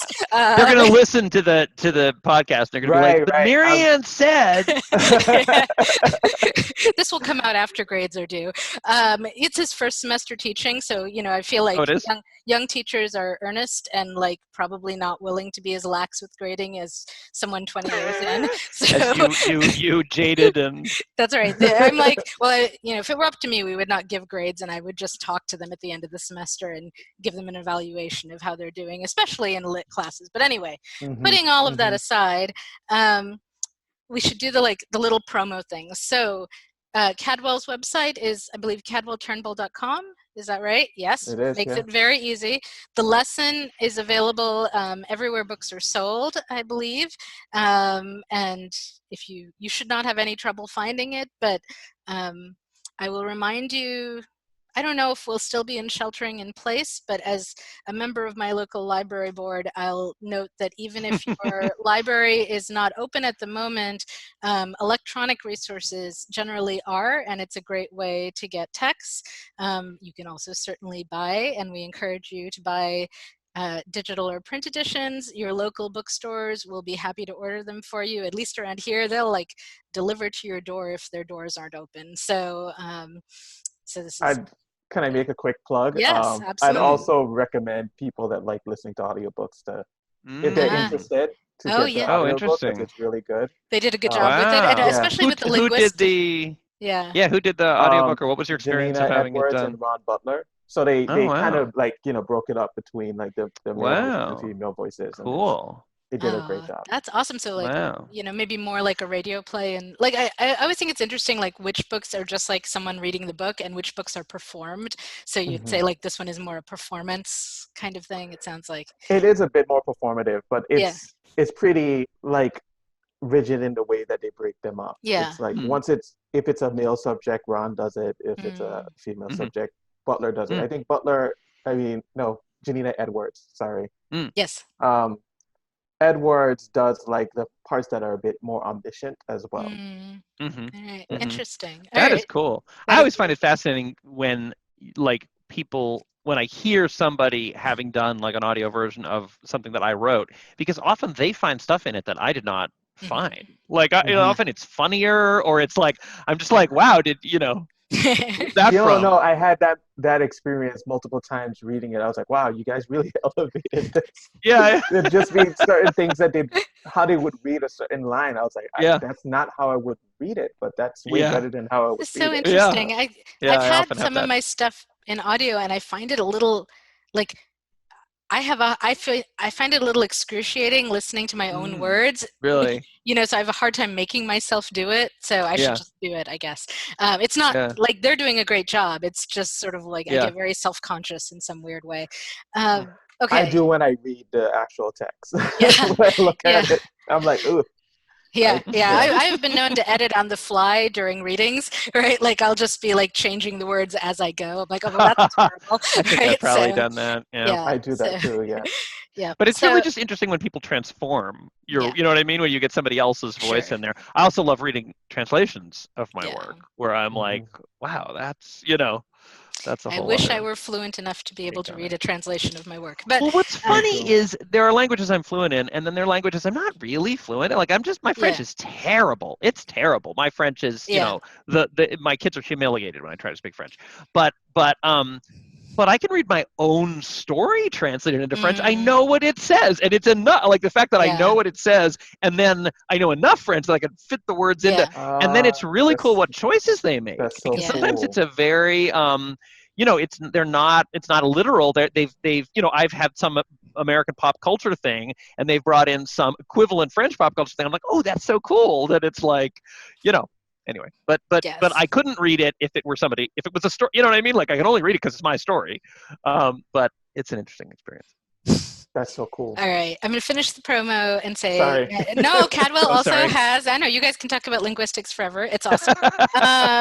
Cadwell has short stories all over the place. They're linked from his website. You can listen, you can read, etc. And we can't pre-order the new novel yet. You're still writing it, right? Or is it available for pre-order? It should be now. Ooh, exciting. Okay, well, I'm going to go do that. What's the title? It's called No Gods, No Monsters. No Gods, No Monsters. It's a good title. No Gods, No Monsters. Yeah. I like it. I love it. And when is it coming out? It's coming out September 7th.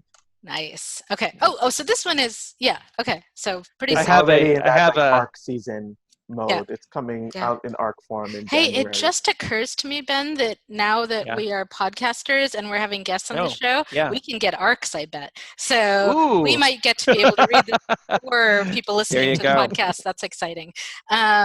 So I have to say I relate to the title because I had the role-playing game that I put out a couple years ago was with Avery Elder. Like the tagline was "No dice, no masters." So that's the. Nice. And I had one last meaty question, so I wanted to kind of close with that, which is your work's been kind of compared to Octavia Butler's positively, and so if you could maybe talk just a little bit about, I don't know, anything in that vein, like any relationship you see between your work and hers, or aspects of her work that may have influenced you, or being annoyed by the comparison because you suspect it's just because you're both Black. I mean, okay. So to answer the question, I find it both like really, really flattering, but also like no, like like in my mind, Butler also inhabits like a really elevated space, and so when people make the comparison, it's like I'm like, are you sure? I don't know why you're doing that, and there is that feeling sometimes I get where people are just grabbing a recognizable name, but all that said, she is a huge influence. Yeah. Okay. I would say it's in terms of spec writers, it's Le Guin first and Butler second. Right there with you. Yeah, I know. That's right. We've got a whole generation that is influenced by this, right? So right. I will make an argument for some, I think, kind of clear relationships between, I teach Dawn, the first of hers, Genesis trilogy, and to my students, and I think your aliens and her aliens are not the same, but there's sort of similar aspects of power, similar questions about strength and violence, and intimacy, coercion, power dynamics. So that's maybe where I see the strongest comparison between the two, and the strongest relationship, I guess. And I really like it. I as Ben said earlier, like there's too many aliens that are not very alien, and I think like it's one thing I really love about yours in the lesson, and Butler does it. C.J. Cherryh, I think, pulls it off, but there aren't that many authors who do. So here's a little like throwing down the gauntlet to all of the aspiring writers listening to this. I'm surprised that you're saying that, because I feel like I did like the biggest cheat imaginable and had the Ina for most of the life of the story, look, pretty human. Well, but their behavior is strange, but yeah. Right. I mean, I think the look is the look is interesting and sort of like misleading in an interesting way, but that actually only reinforces. Yeah, that makes them feel more alien, in a way, because they're more alien under the surface, right? I don't think that's a cheat. I think in a way it's like, that the contrast between what's actually going on there and the sort of the fact that they're wearing these human suits is very, allows you to have this sort of connection and intimate relation, and like they're acting on a human level, so we get to see the full panoply of their like alienness in relief, and then also like there's this sense of like what you see is not what you get, you know what I mean? And I don't know, so but I will buy that when you I have to say, Marianne, when you first said Octavia Butler, I was like, I don't know, that's a stretch, but I do buy that. They are Butlerian aliens. They are very Butlerian aliens, told in a very, I think in a very, it feels like a much more literary in some ways. I mean, and I love Octavia Butler. I will die for. I mean, but there's a way. I mean, it feels like narratively prose style is not necessarily Butlerian, but like I do buy that the aliens are like. They do feel like. I mean, I get what you're saying about the yeah. I wasn't really uncomfortable thinking intimacy about prose with style, but yeah, like that. But that I think that I would say though, like, you know, Butler has a very smooth, you know, spare, readable style too that I greatly admire. And she also has like a complexity of character. Like her characters are very messy, and the things that she explores is in a very like ambiguous way. Like she doesn't land on a particular thing. She kind of like inhabits like an unsettling space with the things that she wants to explore, and that's an influence as well. True. And the other thing though, the Xenogenesis trilogy. While I was working on this, I was working under John Kessel. He was my advisor for the MFA. All right. And I started writing parts of the story. And he was like, "Have you read the Xenogenesis trilogy?" And I was like, "No." Okay. Yeah. And he was like, "You should read that. Probably like right now." And so then I drop everything. So I dropped everything and read it, and I was just like, "Oh God." You know, I mean, I imagine a lot of Black writers might have this experience of like reading a Butler book and being like, "Oh gosh, Butler did it." You know, like well, she did it, but she did it for her moment in time, right? And I think you're doing it differently in this moment in time. Right. And I also don't like that like idea that you can have like a million small town crime novels and no one bats an eye. Right. Crime in a small town XYZ and everyone. Right. Killed with a toothbrush, but that's not, you know, Right, but you know, 12 of those. It's kind of like they treat like, you know, people of color in particular, like they're the Highlander, and then like that culture, that culture then becomes a thing, you know.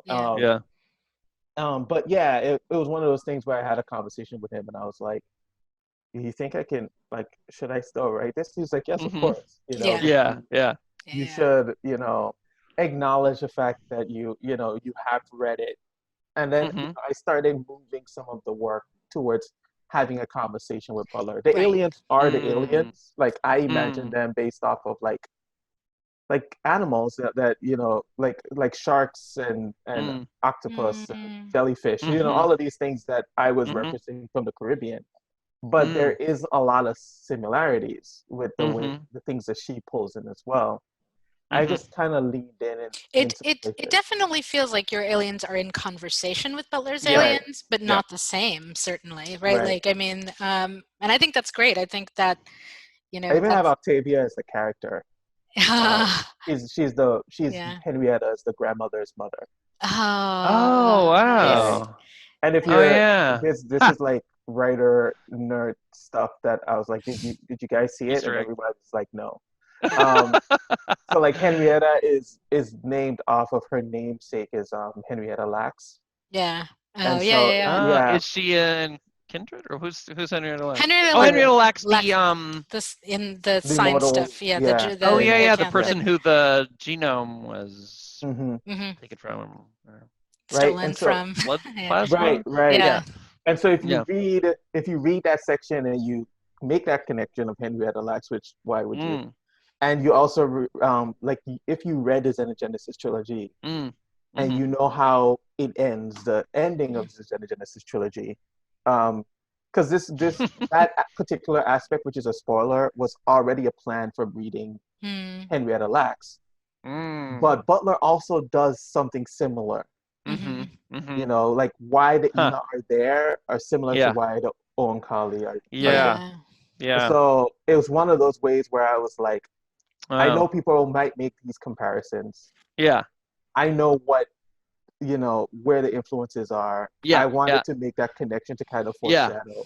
So I was like, if you know, then you know the Ina are there for this. It's like a nod too.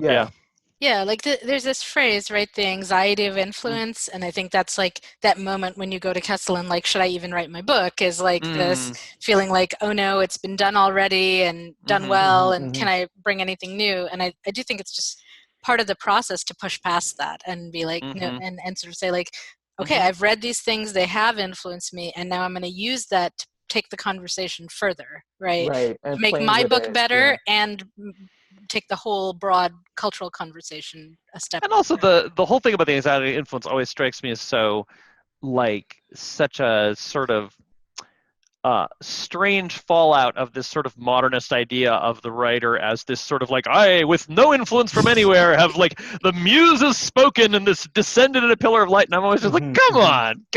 Like, of course you're in a sea. Why is that not something to be celebrated, that you're in a sea of influences, you know? Yeah. And it takes on that extra quality, you know, like I was saying, with like, you know, writers of color feeling like they can't be influenced from anything because they're, you know, then they're considered or perceived as copying something, because the larger, you know, dominant culture tends to kind of like, oh, you're writing an alien novel, so and so other Black person wrote an alien novel, which is like, else. do you know? Oh, do you know this person? Like, yes, yeah. That I feel like that gets. I mean, it's a problem that will solve itself with time, assuming more and more writers of color are able to enter the publishing world, right? Because, you know, already I can see, you know, 20, 30 years ago when I started publishing, I was like, I think maybe the only Sri Lankan American writer, right? And so if people in America read anything from Sri Lanka, they read my work. And so, and then they knew, what's his name, who became famous and did movies, and I'm blanking on who that is. He wrote Anil's Ghost, and anyway, but they knew one other Sri Lankan writer, and that was it. Like, that was the only comparison point. But now there are many, right? And there are, and in speculative fiction, there's now like a dozen Sri Lankan writers. We're talking about doing an anthology next year, and so, so that it becomes harder and harder for people to think of you as the solitary one copying the only other solitary one. Right. So, but it still does happen. I don't know, right? It happens. One of the rejections in defiance of. Did you actually get that? No, I got like a comparison to they were like, this is like this other book, and I was like, the Not other really. writer, no, it was alien, sure, but it was totally, you know, different part of the planet. It was like, so it does still happen, but I think it happens with people that are not like within the community. I think like if you're paying attention within the community. Well, and also I think like as more people of color move into editorial positions, Sheree Thomas has just taken over at FNSF, right? So that's going to make a huge difference. So I'm really looking forward to. I mean, I think Charlie was a terrific editor, but I think Sheree will bring a different perspective, and that'll be really interesting to see. So exciting, yeah. Okay.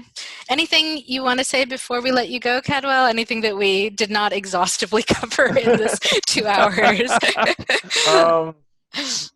No. This was great. Thank you.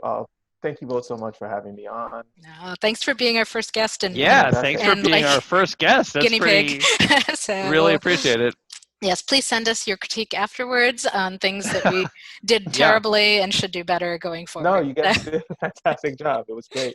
So, all right, thanks so much. I hope we get to meet up again once the in person someday.